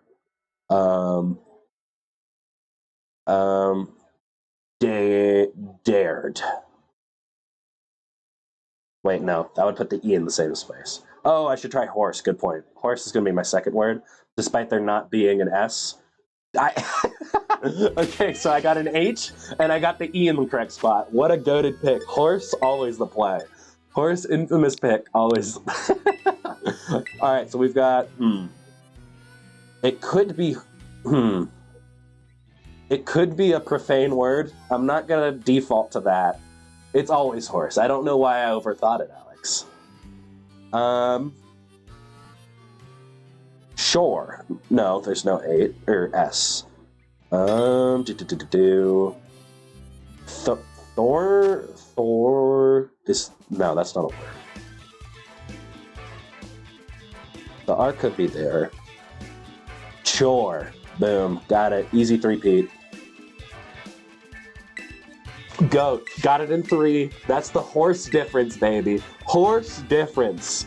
Word of the day is chore. Got it in 3. I'm the goat. And just in time for David to lock in again. No clue what happened. I mean, maybe a sunbeam hit the switch at the wrong angle. Who knows? I'm lost. Shout out horse. Shout out horse for existing and being the GOAT. What were my predictions? I still haven't gotten a job call. I'm scared. I want to be employed. Give me money. Whoa, okay, Rillaboom, not opting for that Incineroar makes sense against Miraidon. I should have thought of that. You are immediately replacing the terrain that Miraidon gives and replacing it with your own. That both neuters the Miraidon's damage and bolsters your own durability with the healing from grassy terrain. Ogerpon here, pretty happy it's able to hit both Pokemon super effectively. Miraidon, less happy, not really able to hit anything super hard. So we're going to have to see how things are played out. Fake Out is a safe play here, but that allows the Miraidon to Volt Switch safely. We're going to see what is opted for.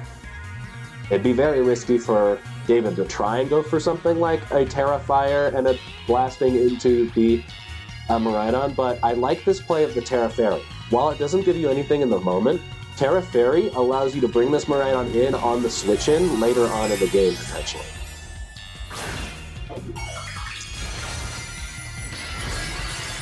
It also protects you in case they just go for Fake Out and Glacial Lance, but this is Enrique. He doesn't do that. That's not... This is Enrique. Enrique clicks Trick Room. If this is a Glacial Lance, I'll gift a sub. If this is Glacial Lance, I'll gift a sub. Yeah, that's fair. That's fair and just. Okay, good, because I don't know how to gift a sub. I have no clue. Alright, so that's going to be the Trick Room from the Glacial, from the Calyrex. That's going to flip the speeds on the field.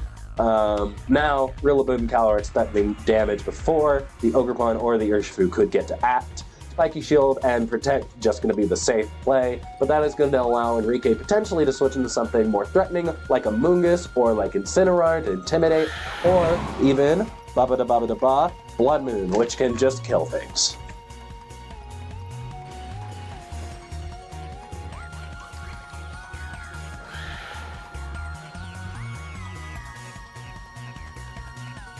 Wow, opting for a slightly mid-ground play, going for the... Oh my god, did he call this? Oh my goodness. You just missed a goated call. David going for the Woodhammer into the Urshifu switch-in. Wow, what a play. U-turn coming out here is going to bring back it. You can talk. They can hear you through mine. It's just quieter.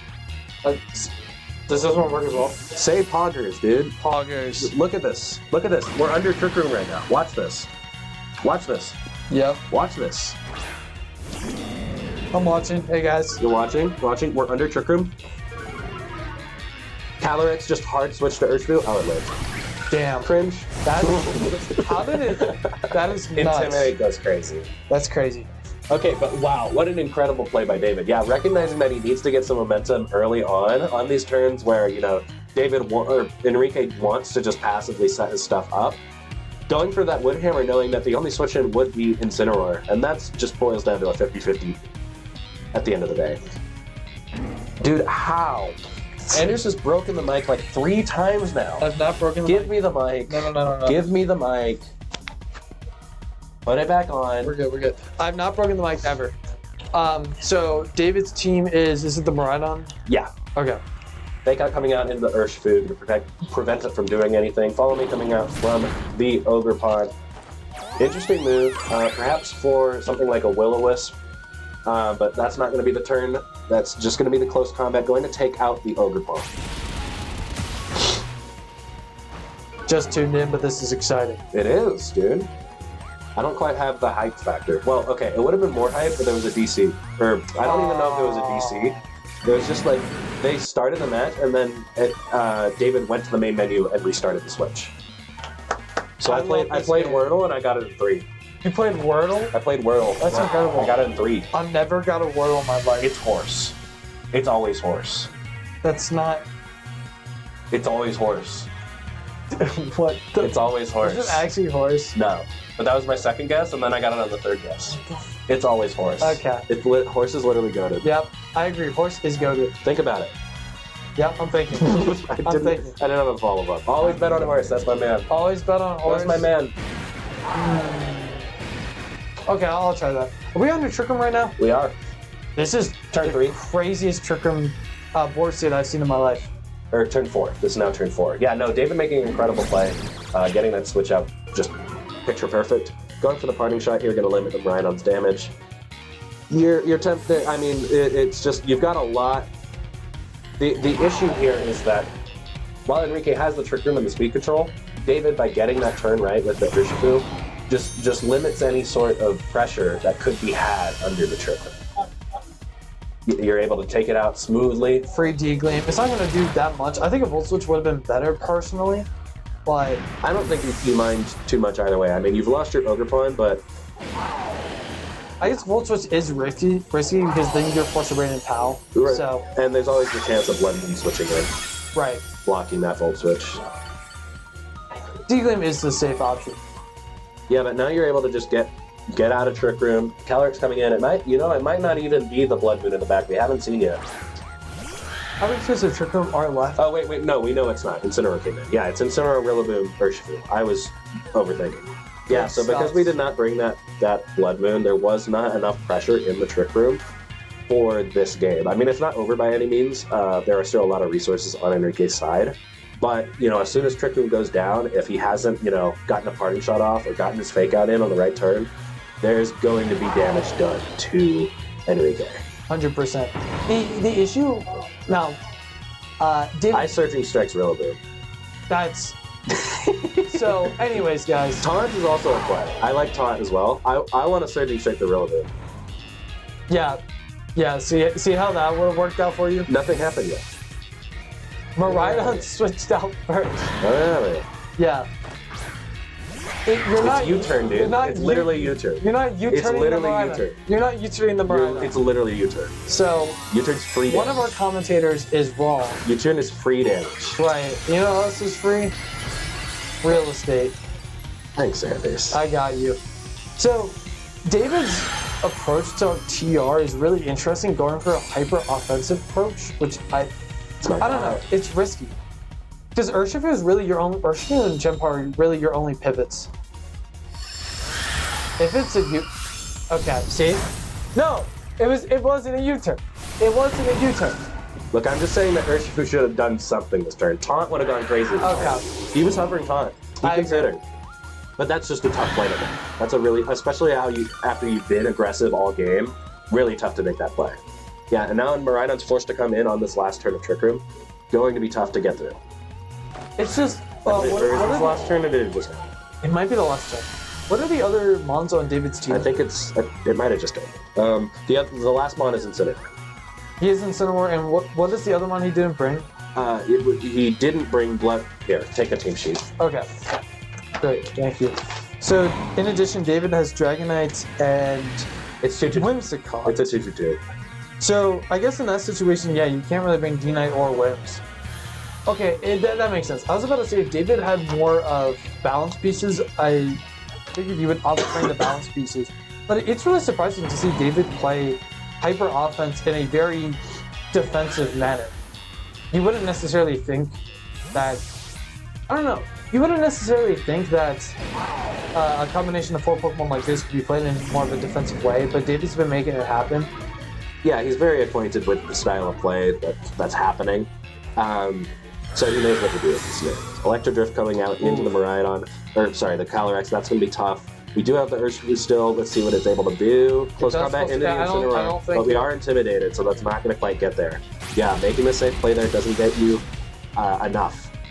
The issue is that Incineroar can just fake out whoever he pleases. Yes, and now the Trickery could just come back up. Yeah. Now, if you're Enrique, I would opt just to Lance. There's no downside to Lance fake out. Okay, so this is fake out. You do get the taunt off, but Lance, you will get one more attack with your Miraidon, so you aren't too mad about that. This game isn't over.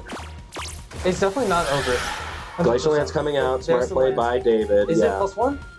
It is not +1, so Miraidon is able to live.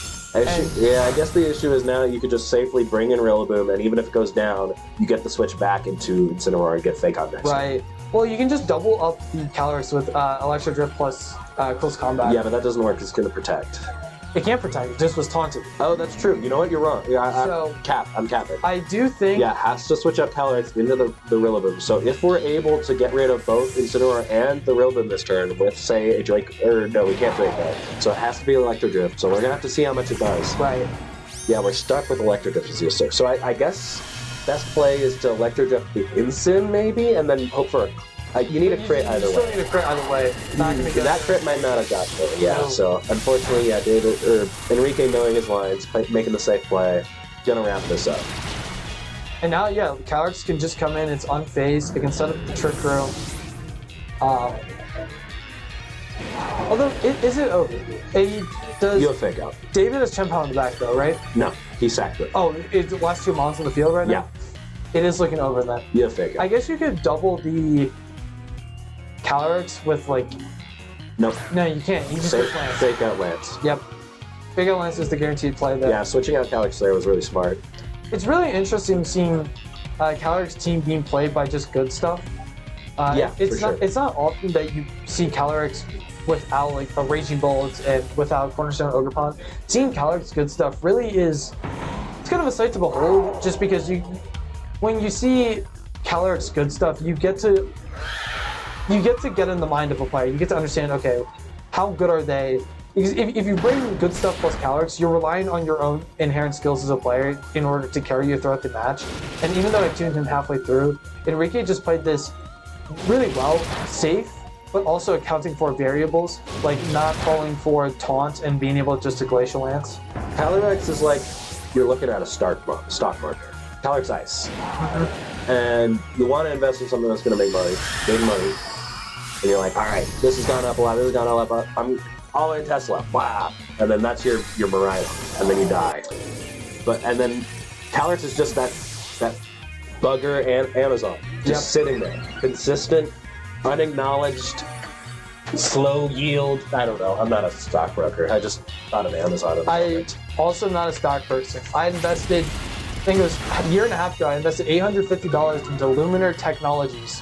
What? It's a... That's the guy who made the video. Yes. No, it is. Yeah, it is. They do... It's an autonomous vehicle company, and they design camera systems for autonomous vehicles. They are affiliated with BMW and Audi. This is not a plug. I don't know where he's going. This is not a plug. So I thought this was a pretty good investment. And I just recently checked their stock price. It fell so much. If I were to sell, I would lose $700. So we're just going to not sell and see where it goes. And that's the pro tip, investors. If you don't sell, you haven't lost the money yet. Yes, exactly. Exactly. Think about it. Diversify your portfolio. That's what we're getting at. Buy What? 5%. No, that's not what we were getting at. 5%. I was just saying That's what I'm getting. I'm just calling Calyrex consistent. What are you talking about? I'm talking about the stock market. We got into the stock market, so I figured why not? I suppose, yeah. Which restricted is the most crypto? Ooh. You mean like the most risk-reward factor? Yeah. I was thinking Miraidon. Koraidon. Yeah, it's Koraidon. After playing Miraidon at San Antonio, I realized that all of my losses were just because I didn't play well. Miraidon is it's a hyper offense balanced team. It's not hyper offense. See, like I'm aware you can play it is. balance I'm with aware it Miraidon. is. It's just like, ugh. Miraidon is surprisingly balanced. Initially when I was testing Miraidon, I figured, oh, this is gonna be my matches will be over in 5 turns, and there are cases in which that does happen. But I've had turns where you are able to position for Rigorath Iron Hands, and it lasts 20 turns. I've had turns where tables. Turns or tables? But did the tables turn? Have to ask the public court. Yeah, it's gonna be Whoa! and the Calyrex coming out, Dragonite coming for David. Interesting switch up. Going to provide priority in the Trick Room with the extreme speed, but at the cost of something, either Urshifu or that, but probably not Miraidon, but you never know. You could be insane. Could be crazy. I do think you should leave the Chien-Pao behind in this match. It doesn't seem to provide as much as David would have hoped for. I don't see what the Dragon is going for, but off the rip. I mean, yeah, this extreme speed is going to hurt, and with the inner focus, you are going to be immune to any fake outs Incineroar would normally go to. So, yeah, this is going to rip. It is Bandit's Dragonite. This might just be a one-hit KO to start off the match. Yeah, and getting rid of Incineroar off the bat is really big. Incineroar sucks in Trick Room. It just party shots, it wisps all your things, it fakes you out. So annoying. So if you can just E-speed, grind set, boom. I think he has that mindset right now. Yeah, I mean, Dragonite's a great adaptation. It's not something I would have anticipated. But I agree. Oh, wow, and even the Protect on the Calyrex. This is looking promising right now. Even if this doesn't one-shot, this is such a good turn for David. Yeah, doesn't quite get there, but man, what a turn. You are going to get the party shot off into the Dragonite. Enrique probably doing that calc. It's Enrique. Going to drop its attack, but I mean, you saw how much that did. Even if you cut that by a third, it still hurts. That is... And now you have Chien-Pao on the field on a turn where the Protect just happened and Trick Room isn't up. Incredible. It's double Dark Chien-Pao. It can just click a Dark type move. You're almost... Boom. You're forced to tear the Calyrex, you're forced to fake up the Chien-Pao. Even if you do, you're still getting good extreme speed damage down. There's really not much Enrique can do other than pretty much play defensive and try to set up Trick Room. Can I get 5 big booms for Dragonite E-Speed? Me? Do you not know about that? No. Chad. I'm cooked. Well, it's not that I'm cooked. I go outside. Yeah. So, you know, I was just hiking in Golden. Costco is literally outside. Oh, is this a stupid Costco meme? Okay, I'm not like the single with the Costco guys. Is that when they are like, dude, here's this chicken bake. Oh, that's so good. I love Costco. Are we talking about the Costco guys? Yeah. Okay. God, I need to go outside more. The fact that I know that's sad. Costco's outside. It's literally outdoors. All right, if you're going to Costco, what are you getting from the food court? Very important question. Everything. I'm getting the free samples, dude. Rookie mistake. Food. Why would I buy something? But the food's cheap. Food court? All right. Okay, you're just limited to the food There's court. only one option. Inflation-proof glizzy. It's $150. Yes. Or $125. It's $150. It's $150, and it will stay that way for eons. Yes.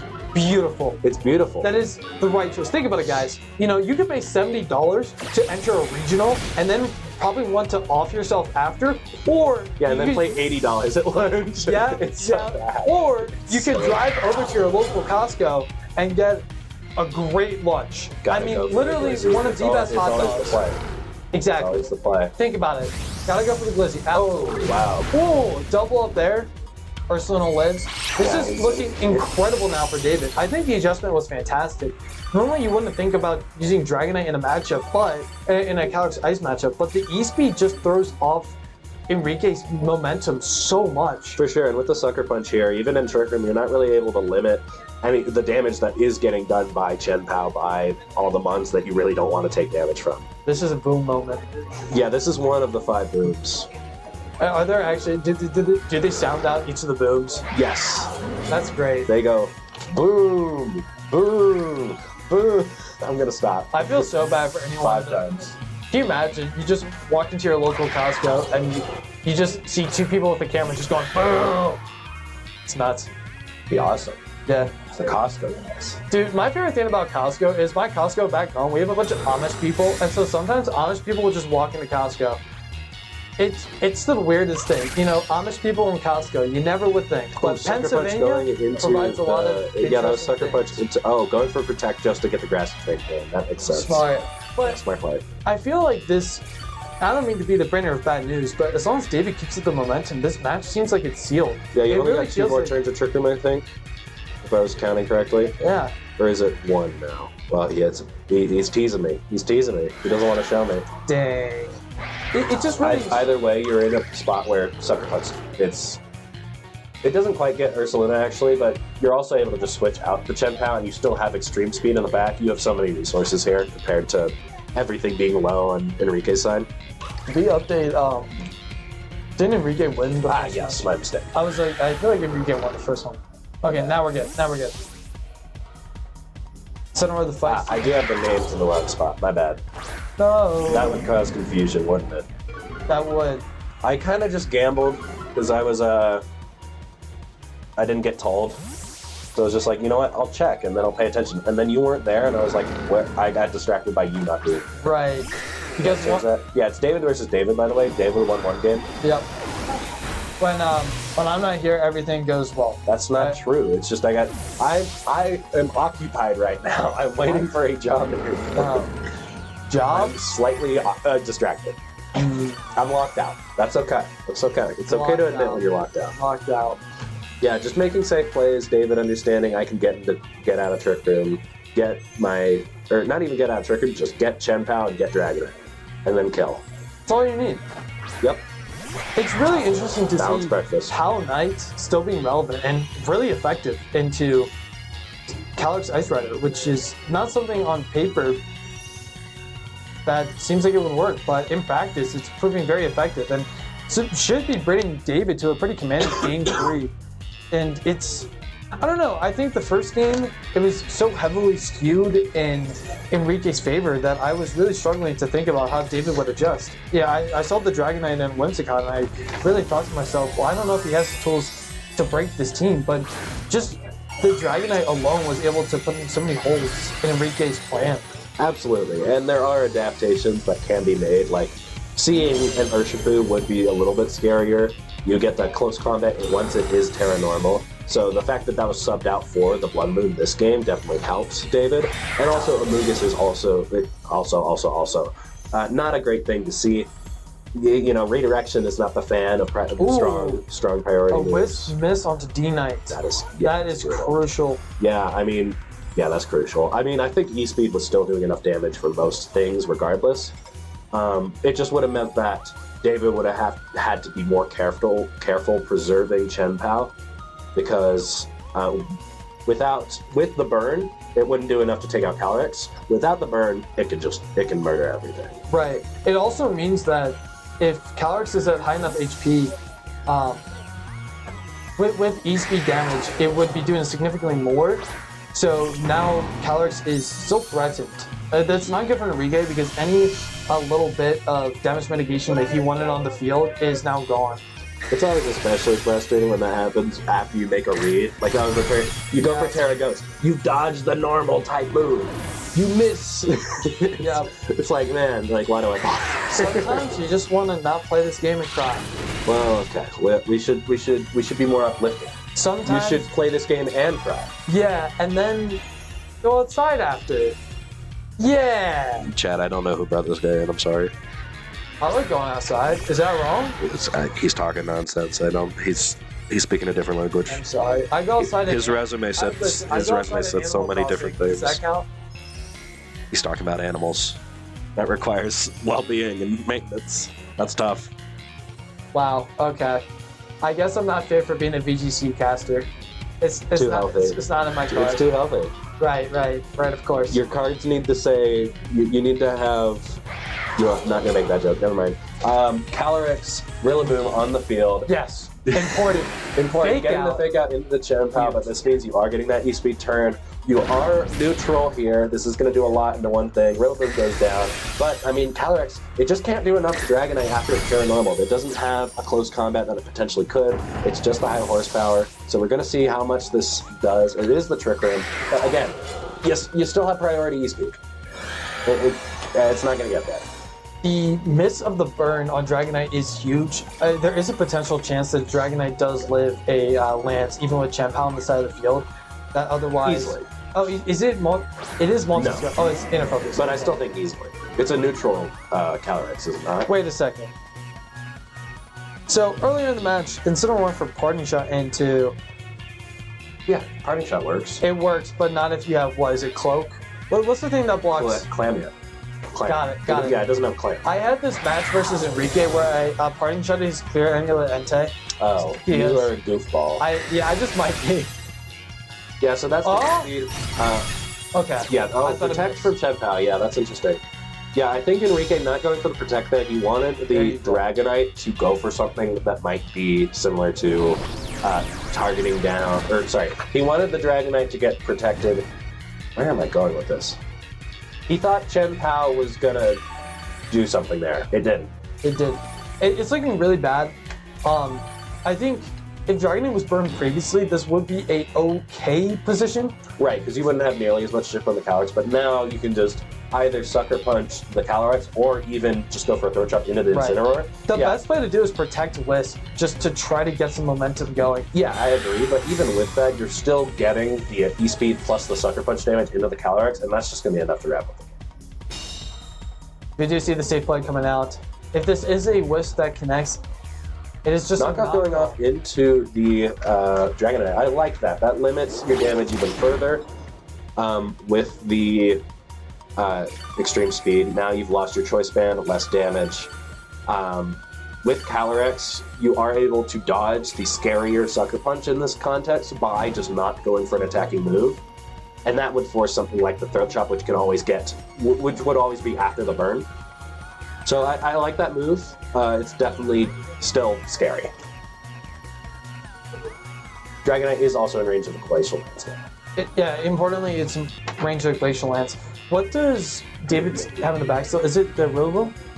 I believe... what was it? Was it Miraidon? I assume it would be Miraidon. Okay.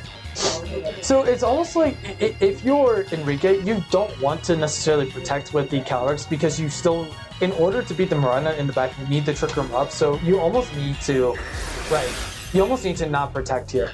Yes, because I had the name on the thing and then I put it on the. That makes sense. My bad. Oh, Sucker Punch does take out the Calyrex. But hey, it's about to, because I wrote it in the names. Thank you, I appreciate that. I would have gotten there like just now because I would have had to fix it. I'd be like, David didn't win. That's interesting.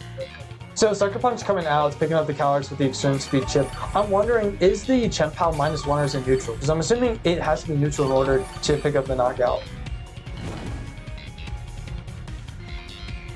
Thoughts? I think it's a dark type. I think it's the dark. Calyrex is a Calyrex though. That mon will live whatever. Oh, that's true. That's for sure. I just thought that, it's dead. Died. You know? Kind of died. That's a great insight. Yeah.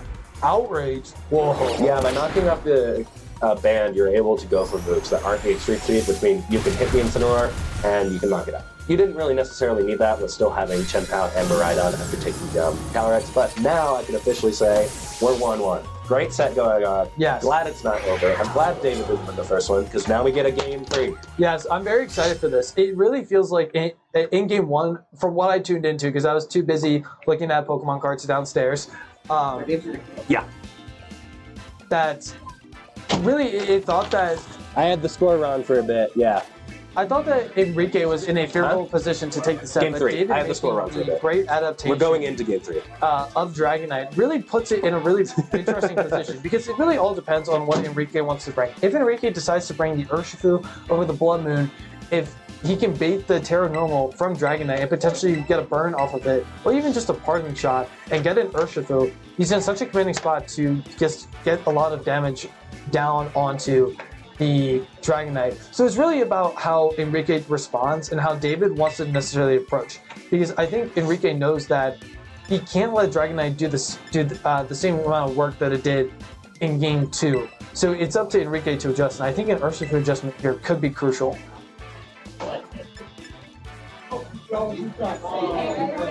Analysis. Yeah, no, I'm staring at my phone again. What's the phone preaching you? Stuart said something. My bestie, my bro. Your bestie. I thought I was your bestie. He said, I got bored. That's how you know he's a true fan. He got bored. I thought we were homies. We're business.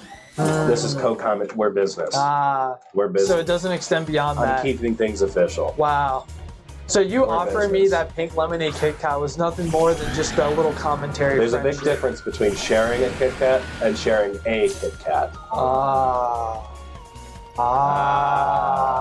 Anyways, we do see Dragonite come out once more and the Urshifu water lead, which is really good for David. He's in a commanding spot here. We see Incineroar Calyrex from Enrique playing it safe. You would assume that there's a Rillaboom potentially in the back to be able to soak up hits and deal with the incoming Urshifu water. Yeah, Enrique recognizing that, David, I had the names wrong so long, it's bothering me. David recognizing that in that game 1, Chen Pao really wasn't, his first mon on the field wasn't really doing that much with Ogerpon. Follow Me wasn't that big of a threat, but what is a big threat is Taunt. Having Taunt in front of the Calyrex means that both of these Pokemon are threatening things that Incineroar needs to stop one of them, and it can't stop both. So you're either going to get a Taunt, or you're going to get a big E-Speed. Exactly. And we're going to see an immediate Terra Game 1. This is probably the Terra Ghost on the Incineroar. Yes, it is trying to avoid that E-Speed damage that would be reliable here. Instead, it's going to get dodged. We're going to see what happens. No speed and fake out going into just the Urshifu, going to prevent the taunt. Where did this E-Speed go? Was it in an Incineroar? It is outrage. And it picks the correct target of Calyrex for lots of damage. Big damage. Wow. What a play from David. That's fantastic. Great targeting too. If it targeted the Incineroar, it wouldn't be as impactful. So it targeting down Calyrex is huge because now Calyrex is one step closer to being knocked out. And once Calyrex goes down, it feels like the floodgates are open for Miraidon just to take the game. You're still pretty happy about that if it hits Incineroar. I mean, that's a lot of damage into, one of the best mons to have. But getting it into Calyrex means that a lot of things that were scared of it, like Chen Pao under Trick Room, aren't. It can just get suckered. Feels like David's in the driver's seat right now. And Incineroar has to lay past it. Does crucially land the Will-O-Wisp, which is huge. It really negates a lot of the damage Dragonite would be putting out, but still, any bit of chip damage into Enrique now is great, because at least on this specific turn, he's not threatening. Oh my goodness. That would have been okay. Wow. Dragonite's crazy. Dragonite's not washed. No Chen Pao. And the taunt on Incineroar. Yeah, and preventing any further Will-O-Wisps. David recognizing, hey, you can have one, you're not getting both. And that's great analysis. That's a great play. Yeah, great play. Now Incineroar's kind of stuck in here, and it can't even parting shot. Yeah. No. And David can just now play it safe, and it feels like he's definitely in the driver's seat. Dragonite really switched around this whole matchup. Yeah, and not getting confused with that last outrage means that, you get another hit into something, and it might potentially take out that Rillaboom, depends on the rolls, or you're going to get a big hit into this Ursaluna. Ooh, Ursaluna coming in. Ursaluna definitely going to be happier to see that. You wanted that more in this situation for David than you would something like that. What did he bring last time, or the first game?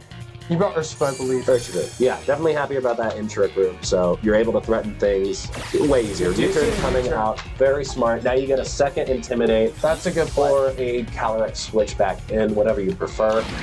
And yeah, you're threatening big spread damage in front of your redirection mon. That's never what you want to happen for David. So big momentum change that turn.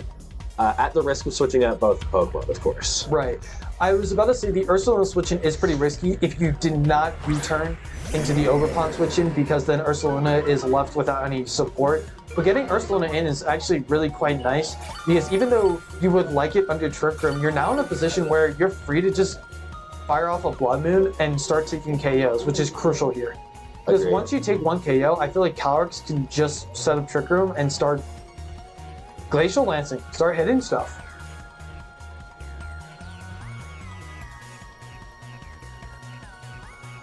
Bars. I'm just locked in. I'm enjoying this. It is a very good set. It's a really good game. I will say, this is one of the better sets that I've seen today. Very nice. You've seen one other game 3. You've seen one other best of 3. Well, it's a good set, is what I will say. We just see the Blood Moon coming out. Dragonite just being sacked there. Incredible.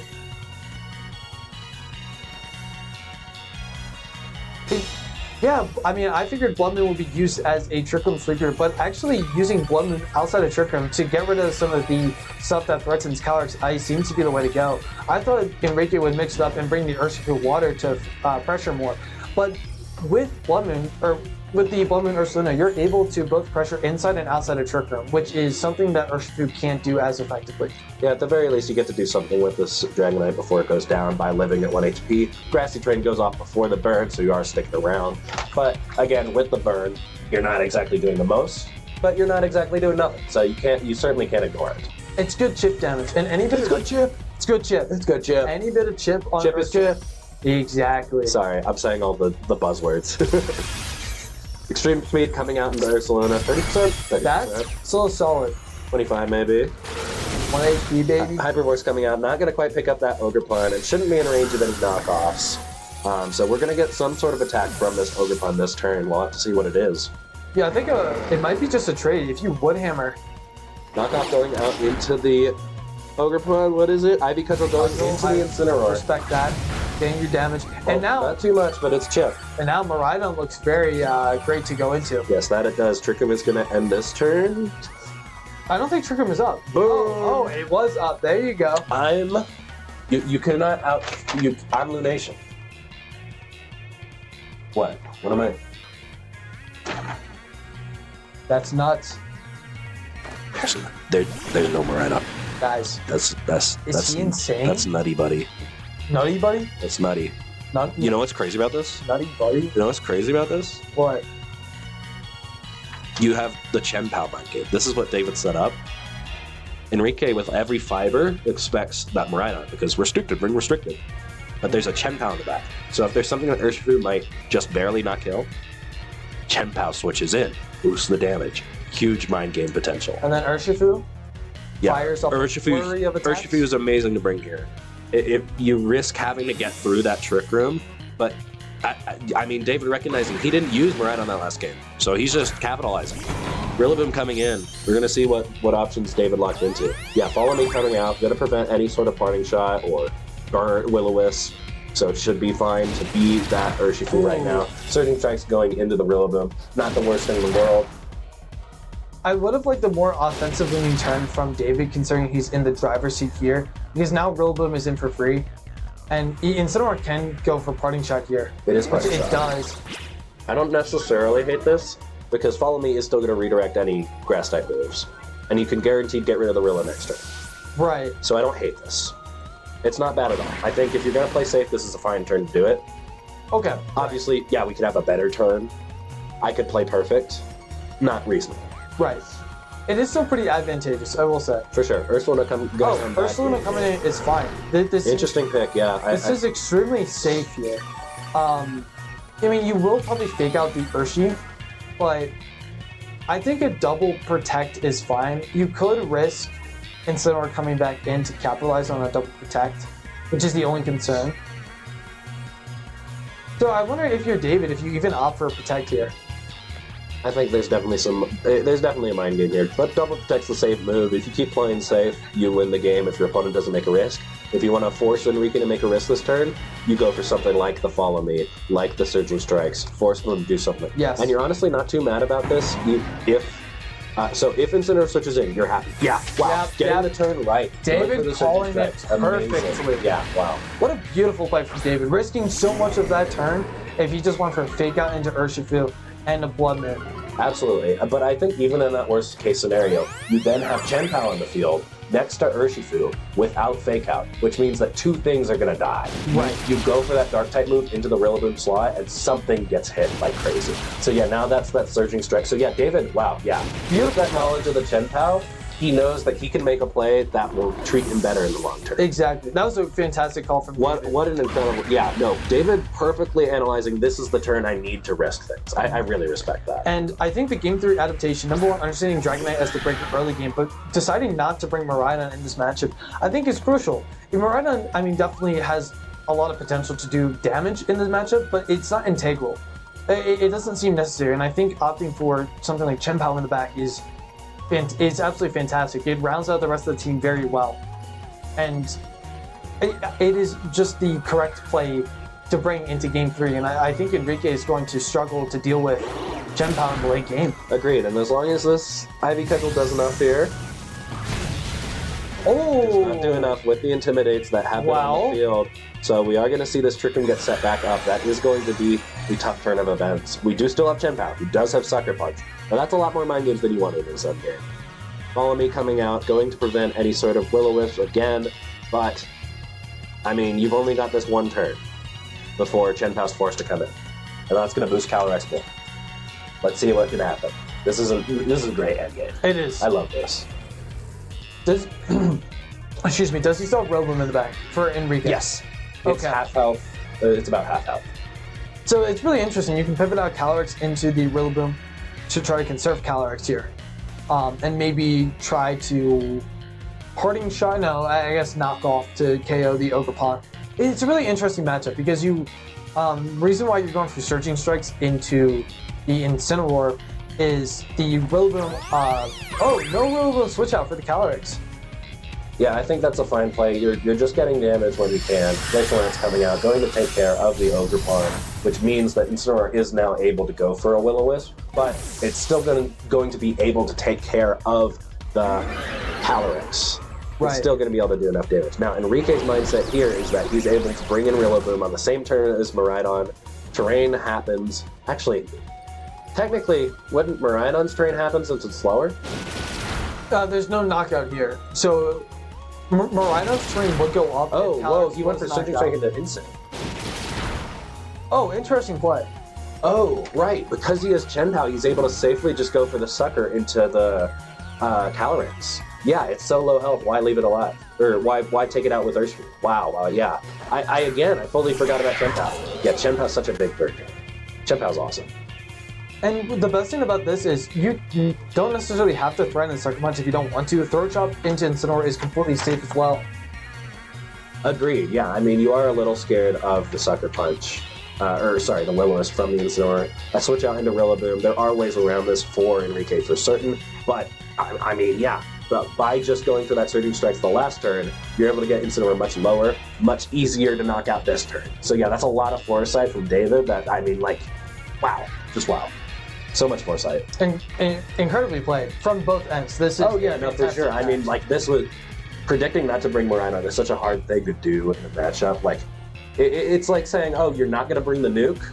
Yep. Yeah. I mean, okay, I'll just plan around that. No, you plan around the nuke first, and then everything else. Exactly. So it's so tough. Going for the Protect on Calyrex Protect makes sense. You're trying to get rid of that Sucker Punch. Go for the Will-O-Wisp. But Chien-Pao, understanding that, going for the Protect. So is this Surging Strike going to pick up the Incineroar? It is. That's just put into Chien-Pao. What does Urshifu go for here? It is the taunt. Oh, wow. Wow. Yeah, that's a really good play. I wasn't even thinking that much. Oh, yeah, taunt stops you from Parting Shot, stops you Will-O-Wisp. Oh, I love that. I love that. Another great play. Rillaboom in the end game is still scary, and it really depends on the mind games. There's a lot of mind games here. There's so many. Yeah, I mean, any of these turns could have gone either way. It's so difficult. It's really hard to see. Like, Incineroar could have just switched to Rillaboom that turn, and it would have been really tough for David. Incineroar switching out this turn makes sense. You want that fake out, you want that grassy terrain, and honestly, the issue is you're just banging on David not targeting down the Calyrex with Urshifu. Right. You're calling that he would go for the play of you switching. You're calling him to call you bringing in Rillaboom in the Calyrex slot. Did he? That's the question. So you strike into Calyrex, he calls it correctly. There's a knockout. But Rillaboom is still in the game. Chien-Pao's Sash is broken, I believe. The issue is Grassy Terrain is now here, and it's going to heal it back. I don't think it's broken, actually. Is it? Was it even broken? What hit it? I just lied. Never mind. Don't listen to me. Yeah. Cap City over here. Cap City, at least I'm not Yap City. I know. Yap City is a home field advantage. It is, truly. So yeah, but the issue is you now have your Fake Out Mons coming out on the same turn, which means you can just double protect as David, and there's only one turn as Trick. Right. This game's sealed. Without some sort of variance, it's sealed. Correct? A little bit. So, What do you see? So the thing is that the following turn, Boom can Grassy Glide to knock out the Urshifu. So then it's Chen Pao versus these two. If Chen Pao happens to miss Icicle Crash, you can get in a scenario where you Will-O-Wisp to burn it, and then you can glide again and knock off. No, you always take out instant with Throat Trap first. Instant with Throat Trap instead of Rillaboom. Yeah. Because then you limit, you just get rid of it. Right. Because that, yeah. Because it goes now and you guarantee that knockout. Right.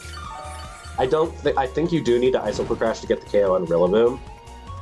So you probably need to do that. Yeah. Right. Recognizing the correct play. Smart. Are you talking about me pausing the ad? That was about. No. Well, yes. Yeah, I stopped the ad so everyone can watch this. I'm basically Superman. Yeah. No denying. He's him. Not gonna cap.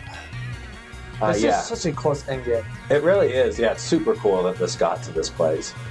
Now, thing is that Urshifu, Throat Trap comes out, gonna pick up the Incineroar. Pick up the knockout. Yeah, even with the Intimidate, still enough. So, wait, there was no Grassy Glide. No, there wasn't, yeah.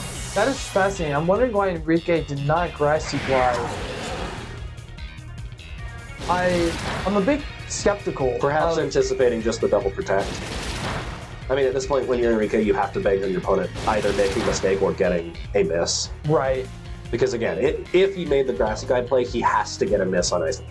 However, Wood Hammer coming out into the Chen Pao is going to knock it down. Not quite to low enough, but with recoil damage, that's going to take care of the Rillaboom. Yeah, what an incredible game. What a well-played set. Congrats to David for winning, but also congrats to Enrique for a great played set. Definitely one of, the best set I've seen today, and also one of the best sets I've seen in a long time. What a great match of adaptations.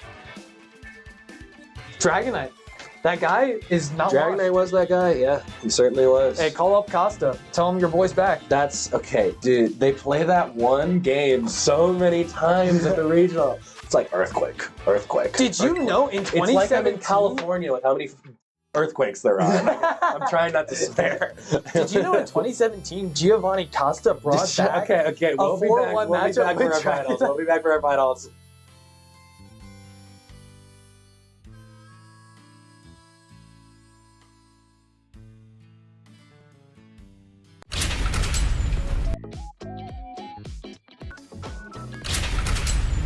Okay, we are here for our finals match. I got the names right.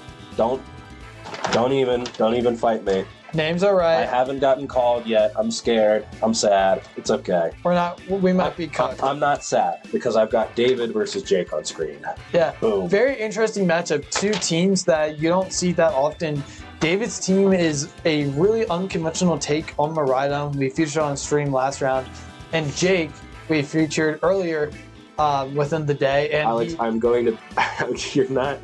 I'm not making dinner for you, Alex. That's not okay. He's the cook in the house, man. I'm not. Alex, I'm trying to be. The meal you made looked so good. Oh my God. Alex is the cook in the house. That's true. Hey, he makes better food than Aaron. All Aaron cooks is DiGiorno pizza. Don't beef with your. Okay, I can beef with my roommate. I will. My roommate's in the, when your roommate's in the chat, you can beef with him. I won't beef with my roommate. No, when he's in the chat, you can beef with him. Okay, well I'm beefing with my roommate right now. He's not in the chat. Don't beef with him. I'll beef with Alex. Why are you beefing with Alex? He's getting 5 big booms for my job interview. Shout out to Costco, guys. No, okay. So we've got Whimsicon. Oh, wow, yeah. Unorthodox lead, but it makes sense considering Zacian. Interesting. Yeah, going for the immediate Terrifier into the Tornadus, getting rid of the Locked Pokemon. in immediately. Yeah, he knew his line. He cooked. That is fantastic. And it's great because IV Control regular won't pick up the knockout on Torn, but if you go for the Terra, immediate knockout. Fire boost and the +1 attack boost from going for the Terrestrialization with an Ogre Pawn. It's not gonna. I'm trying to make it make sense for Alex. It won't. No. I try. Here comes that Terra from David. Likely going to be the only Terra this turn. Right. I was about to say, the Zacian could potentially Terra Ground and Terra Blast if it wants to deal damage to the Ogerpon and live a hit, but Feasible. it's looking like we're not going to see that. This looks really interesting. It should be just a trade for trade this turn. Isn't Zacian... Yeah, Zacian's faster, so it should have happened first. Whimsicott going for the Tailwind. Let's see what Torn did. Rain Dance. Ooh, I do like that. That's a very good play. Spicy Adaptation. Yeah, that was on the sheet, but I completely missed it. Yeah, that's going to half the damage of this Fire-type move into the Tornadus. Still going to do a lot. Don't get me wrong. That does a lot Don't of damage. get me wrong. The interplay comes out in the Whimsicott. That's smart. Get rid of it on this turn after it's set up its Tailwind. It is going to let David's bring in another Pokemon that is going to threaten damage, but it means that you stagger your Tailwind. Right, exactly. Staggering Tailwind is huge in this match. If Jake can find a way just to stall out the Tailwind turns on David's end, he's looking in such a favorable position here. And even right now, he has so much firepower, especially now that the rain is set up. Surging Strikes is poised to do a lot of damage. Agreed. Yeah, there's definitely upsides to the rain for David. And then to explain Staggering Tailwind, essentially 4-turn buff on David's side. If you wait 1 turn before you do it for Jake, then he sets up his 4-turn buff. If you wait 3 turns, David's will end, but Jake will still have that 1 turn left, and then he won't be able to reset up the Tailwind. He'll have that dominant turn. Right, it's the opening in that turn because the speed control, it's on Jake's side. The staggering when they start doesn't matter as much as staggering when they end, because the end is what's important, because you lose it. Follow Me comes out from the Ogerpon, recognizing it's not going to do as much. Urshifu's now my threat. It's going to be the Tailwind from the Tornadus. Makes sense, staggers it by 1. Almost in this situation, I would suggest going for something like stalling that. I would almost Great stall... Follow Me turn. I would almost stall that Tailwind even more, considering that you know that Ogerpon is going to... you know that there was Follow Me potential this turn. Yeah, rain up, dude. Can we just talk about how Urshifu It is Mystic Water. But that's a Zacian. That is a Zacian. It is base 115. That thing did not die. Urshifu should be banned. I'm sorry, this one is stupid. It just one-shot a Zacian. It did one-shot Zacian. Wow. Yeah. That's incredible. I mean, Rain, Mystic Water, you stack on the multipliers, it's going to do a lot. Rain is 1.5, Mystic Water is 1.2, Stab, etc., critting, blah, blah, blah. That's incredible. Yeah, incredible. Great play by David, understanding that even if Ogerpon goes down here, I'm going to get rid of your Zacian. So that's a great interaction. Tailwind was staggered, but again, almost I would have liked to see that Tailwind be staggered another turn, considering that the threat was never needing speed control that turn. The threat is needing speed control later on. Right. I suppose you are risking Tornadus going down, but I never see David targeting into Tornadus this turn. No. I think a Bleakum would have been more effective that turn. Agreed. Because now, like, you can't bring in Regidrago because the 2 Mons on David's side outspeed it. Presumably. So you're forced to bring in Ferrograff, which just doesn't apply any bit of pressure here. So I think clicking Bleakwing gets you more out of the turn, and now you could have staggered Tailwind more effectively for, presumably you would have Regidrago on the back. Again, there's risk to it. It's not a given, but it's just, that's what I would do in that shoes. It's not the objective best play. So I do think that the issue now is that because Tailwind is staggered now, you don't have that option of going for Trick Room, which would have been an option into David's Tailwind. But now, you're going to have your Tailwind still up when his is down, and then Trick Room's flipping the speeds means that he's going to be in the better spot than you. So you've limited yourself to playing into Tailwind, which you never want to restrict your options for no reason. Right. Ivy Cudgel coming out. That's interesting. Yeah, just protecting the Urshifu, recognizing, hey, this is fast and strong. Going into the Tornadus, picking it up. Fair enough. And now you're in a position where, after this turn, does Tailwind expire on David's end? Oh. Thunder Wave. Wow, yeah, I did not see that from Jake. It is Thunder Wave on the Ferrograff. I was about to point that out, but I was waiting until Unique choice. It is the Ogerpon set. Well, that changes things a lot. That does change things. I mean, setting up the range for himself makes this tough. I mean, you do have your Terrestrialization still available, but it definitely makes sense why you would not care about your Trick Room as much. Then I completely agree with the staggering Tailwind 1 more turn, because a Bleakwind here, the damage off would have been crucial. I think either way, you would want to stagger that Tailwind 1 more turn.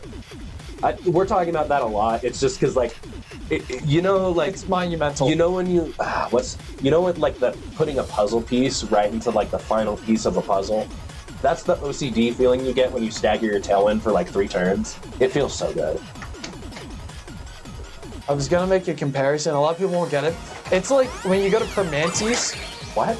It's a sandwich shop in Pittsburgh, and they put coleslaw. Why would you reference a Pittsburgh sandwich Hear shop me out. in the Hear me out. Colorado local stream? Because I'm East No Coast. one East Coast, knows. baby. East Coast, baby. No one's gonna get Hear me this. out. You Hear me are out. self-aggrandizing. This Hear me out. gives no one any context It's except fine. yourself. No, I won't provide context. All you need to know is that they put coleslaw and french fries on every sandwich, and it's fantastic.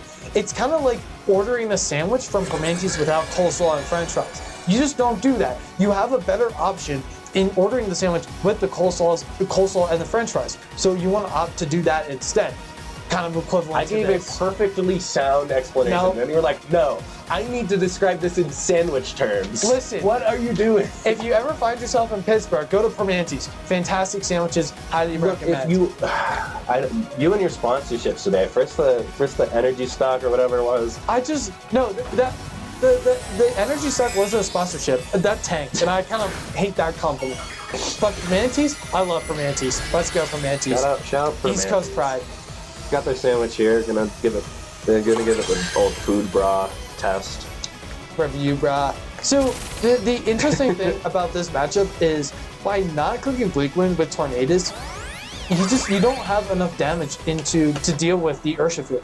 If you were to go for the Bleakwind, you could have potentially picked up the knockout onto the Urshifu and maybe open the floodgates. And I think also Farigiraf just was a wrong brain. It doesn't do anything in the matchup. And I think if you had Regidrago over the Farigiraf, I don't think it's an awful brain. The issue that you're not thinking about is the Dragonite Chien-Pao option from David. Farigiraf eats there because it stops that extreme speed from activating with its ability. So, I mean, yeah, that Farigiraf is great in that matchup. So when you're playing a team as 2-2-2 as David's, you need to cover every option. And by covering every option, you make yourself weaker to specific options. right. So yeah, David going to get the correct plays, the correct bonds, the correct brains for this game one. We're going to have to see what adaptations get made by him and what adaptations get made by Jake. Because like, Jake might leave that Farigiraf game two, and then David might bring Dragonite, and it might be over in 2 turns. That's just how the game works sometimes, because a lot of the game is decided in matchups like these in team selection. And I am perfectly happy with that. I love seeing... It's great, yeah. well, first off, as commentators, it's very draining. As commentators, bro on day one says dude, as commentators. It's draining. I'm not going to lie. So fast-paced. As a Boulder resident, like, bro is stealing culture here. Hey man. So, but I also like seeing the difference between we have very long, drawn-out matches in which there's a lot of positioning, and then some matches where we have to get the leads right and we have to predict. Basically, the match is decided almost before the game even starts. Like, what did they bring? Like, if you do bring the Farigiraf and they don't bring Chien-Pao D-Knight, then you're at a disadvantage. But if Chien-Pao D-Knight is brought and you don't bring Farigiraf, then you're at a disadvantage there. So it's really all about the mind games before the match. And going into a game 2 setting, David could be thinking, well, the game 1 went so This well. is what I said. You're saying the same thing I said again. Well, you have to listen to what I'm saying. You don't get this. Listen, You don't get listen. this. We're new. -1. I'm giving you a -1. You know what? Yeah. I'm taking away your gold star. But when did I ever have I just ripped it off. When did I ever have a just gold ripped it star, off. bro? This You is shameful. I'm zipping your mouth, and then I'm My bayonet. locking the key. My bayonet now. Yep, you are. Lock it up. I got. Wow. That's nuts. Bro plagiarized. He What? plagiarized me live. No, it's Plagiarized live. no, it is not called plagiarism. It's Plagiarized called using live. your own words. Yeah. You know what? I got ChatGPT. I'll take you out back to Permante's, and I'd love that. What? What? So round 2 is starting, and we've got the new lead coming out from David. It's gonna be that Dragonite, and bringing that Chien-Pao in the back. I'm playing into the idea that Farigiraf wasn't that good that game. Will Jake be able to stick to his guns despite this option? Now the question is, do you bring Farigiraf here? It's what I. Did you just say that? I'm completely zoned out. Are you just messing with me this way? I just said that. I just said that. No. Do I have to talk like it? And so we need Farigiraf. Yep. And we need Farigiraf. Yep. We need Farigiraf. I'm so zoned out right now. I'm the one waiting on the job interview. I almost dropped my Kit Kat, but I caught it like a goat. That's not good. I caught it. Torrance Like actually never see the same way from David. That's not David. That's Jake. No.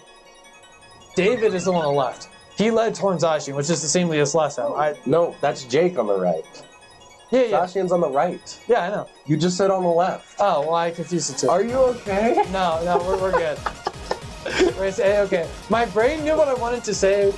It did not come out the right way, but that's fine. Dragonite is You are broad. crawling to the end of this marathon. We are crawling to the end of the marathon. Dragonite is broad, so you have to wonder if Champow's in the back, and if it is, It is.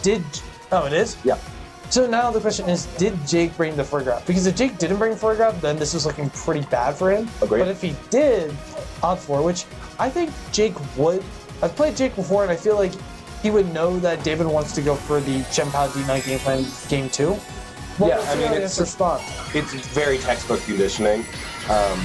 We will see, how you react to the conditioning. But regardless, there was no Furgraf switch in this turn. This Extreme Speed is going to hit something. Zacian going for the Protect. Let's see where Dragonite went. If you just double into the Torn, this is a great turn. Follow me coming out. Oh, well, me, interesting. I wouldn't be surprised if this isn't Torn. I mean, it's Dragonite Yes. speed. Yeah, it's a Torn. That's easily going to knock Torn out. should live this easily. Really? Yes. Wow. Okay, you know what? Put some salt on Tornadus' name. That guy was fraud in that Put game. some salt on his name. What? Did I mess up the expression? I don't know what the expression was, but put some salt. It's not it. Put some salt sounds wrong. Are we gonna cook him? Yeah. Do you think Tornadus' tail with some salt and some like pepper seasoning will be good? I feel like it would be, right? I mean, Because Slowpoke tail's a thing. I feel like Tornadus' tail wouldn't be that bad. Tornadus barely has a tail. It's just a cloud. Well, Maybe it's like cotton candy. it But could that's be. like, I don't know. Well, then you want to put salt on it. Yeah. Well, salted cotton candy could be good. I guess it could be. I haven't tried salted cotton. I mean, I have. Yeah. I mean, it feels like it could feel the salted caramel. You know, we talked about how we were going to have something. You texted me saying, okay, we want to talk about what we have for breakfast, but also we have to talk about what we want for dinner. Well, you spoiled it. You spoiled it with the energy drink. Well, you spoiled No, the it wasn't the concept. energy drink. It was Premier Proteins, coffee proteins. Stop advertising things. Every single comment of you is a different ad read. What is wrong with you? Ivy Cudgel coming out. It's gonna hit the Zacian. It kills it. It's Whoa. dead. It's gone. It's crit. Do you think? Okay, this might be a yes, dumb that question. crit matters. Okay, I was about to say That crit should totally matter. mattered. It's Zacian. It wasn't Terra. Okay, yeah. We can calc it. I believe that crit mattered. So Jake took the first game. No, Jake did not take the first game. No. Wow. You Yep. see, Ogerpon Urshifu. So this is. Yep. And David. Wow. Correctly calling that Jake would not be able to bring that Farigiraf confidently, considering how bad it was that game one. It really was. Textbook conditioning. Crit. Yeah, crit definitely mattered there, but Crit mattered, but it did. It's not as. it's still not having Farigiraf is the bigger issue. Right. And in matchups like these, it's so volatile. Like I said, this match could have been over in 2 turns. That's just the, how Dragonite can play out. It's the nature of VGC sometimes, especially when you get teams like these together where there's not a lot of defensive counterplay, and your defensive counterplay is bringing Farigiraf, which isn't defensive. It just stops you from getting rolled over. So. Agreed.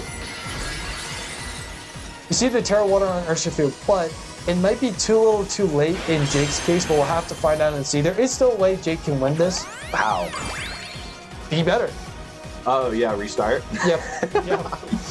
No. Jake plays great this game. It's just really tough to get those calls right every time. Right. Urshifu will live this. So at the very least, it's not a double attack coming out, and if you crit Ivy Cudgel and Ogerpon goes down, a crit does that little? It's not Terra, dude. I don't know what. Wow. Why are you gassing up the ogre part so much? I'm not. Are you sponsored by Energy Stocks, Premier Energy Drink, sandwiches, Yes. and Ogerpon? Yes. Well, sandwiches means I'm Karaibon, essentially. But a crit Ivy Cudgel man. doing that little is really surprising. So now we see the reveal of the Chien-Pao. So this could be, I guess, Throat Chop into Urshifu should pick up the knockout here. And E-Speed into Ogerpon is safe. But we don't see that come out. So I'm very... Oh, there is a turn of Tailwind left. But there is. I'm very confused about this play. Yeah, I mean, my main issue is that we still have that Miraidon in the back. And because of that, we have an Ogerpon with Fire and Grass moves. Dragon resists that. and an Urshifu, which is Terra Water boosting its water type moves, Dragon resists that. Right. There is no good option except for close combat, maybe, that can do damage to Miraidon. So even if both Dragonite and Chen-Pao vanished right now, Miraidon could very well win this game on its own. That's my issue here. And it's really cool that David was able to see this far ahead and just be like, all right, no matter what you do, I got this. I guess Miraidon does... Miraidon, essentially at this point, cleans up the matchup. There's not much stopping it. You would have to, I guess, sack Urshifu here and protect your Pokemon to have a chance. Maybe something in the bag will be able to... That's the last 2 bugs. Those are the last 2 Pokemon. Oh, well... It's like I keep feeding the turn to AI, and it doesn't remember the previous turn, so it's just like, man, this is what could happen. This is like asking ChatGPT when it first came out, and it just regurgitated a bad response. I'm here, sort of. I thought there was another Pokemon in the back. I wouldn't blame you with how strong Dragonite was early on. He's very strong. Really well played to David, recognizing that Jake did not want to bring Furgraph Game 2. God, I want someone to make a compilation of how many times we said that, because we said it so many We said it a lot, but it certainly is one. But yeah, it's worth repeating, because that was the key, the clinch. Pin?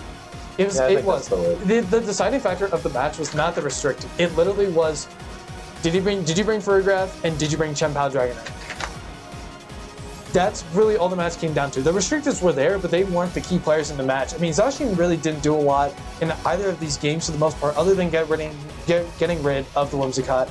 And Miraidon's just there as a late game cleaner, in all honesty, which nothing wrong with. But the real stars of the show is the Chen-Pao Dragonite, and is if the Furgraph did come to stop it. But as we see here, it did not. Eastbeat's just going to take out the Urshifu. He's getting better. I think he's getting better, Chad. I think so. I think you do need to realize you don't have to say words. You can just chill. Nah, words. Sometimes you'll be like, okay, what am I going to say next? What am I going to say next? And I'll say something like, hey, I should have brought Furgraph. And then you'll say like a minute and 1 paragraph about it.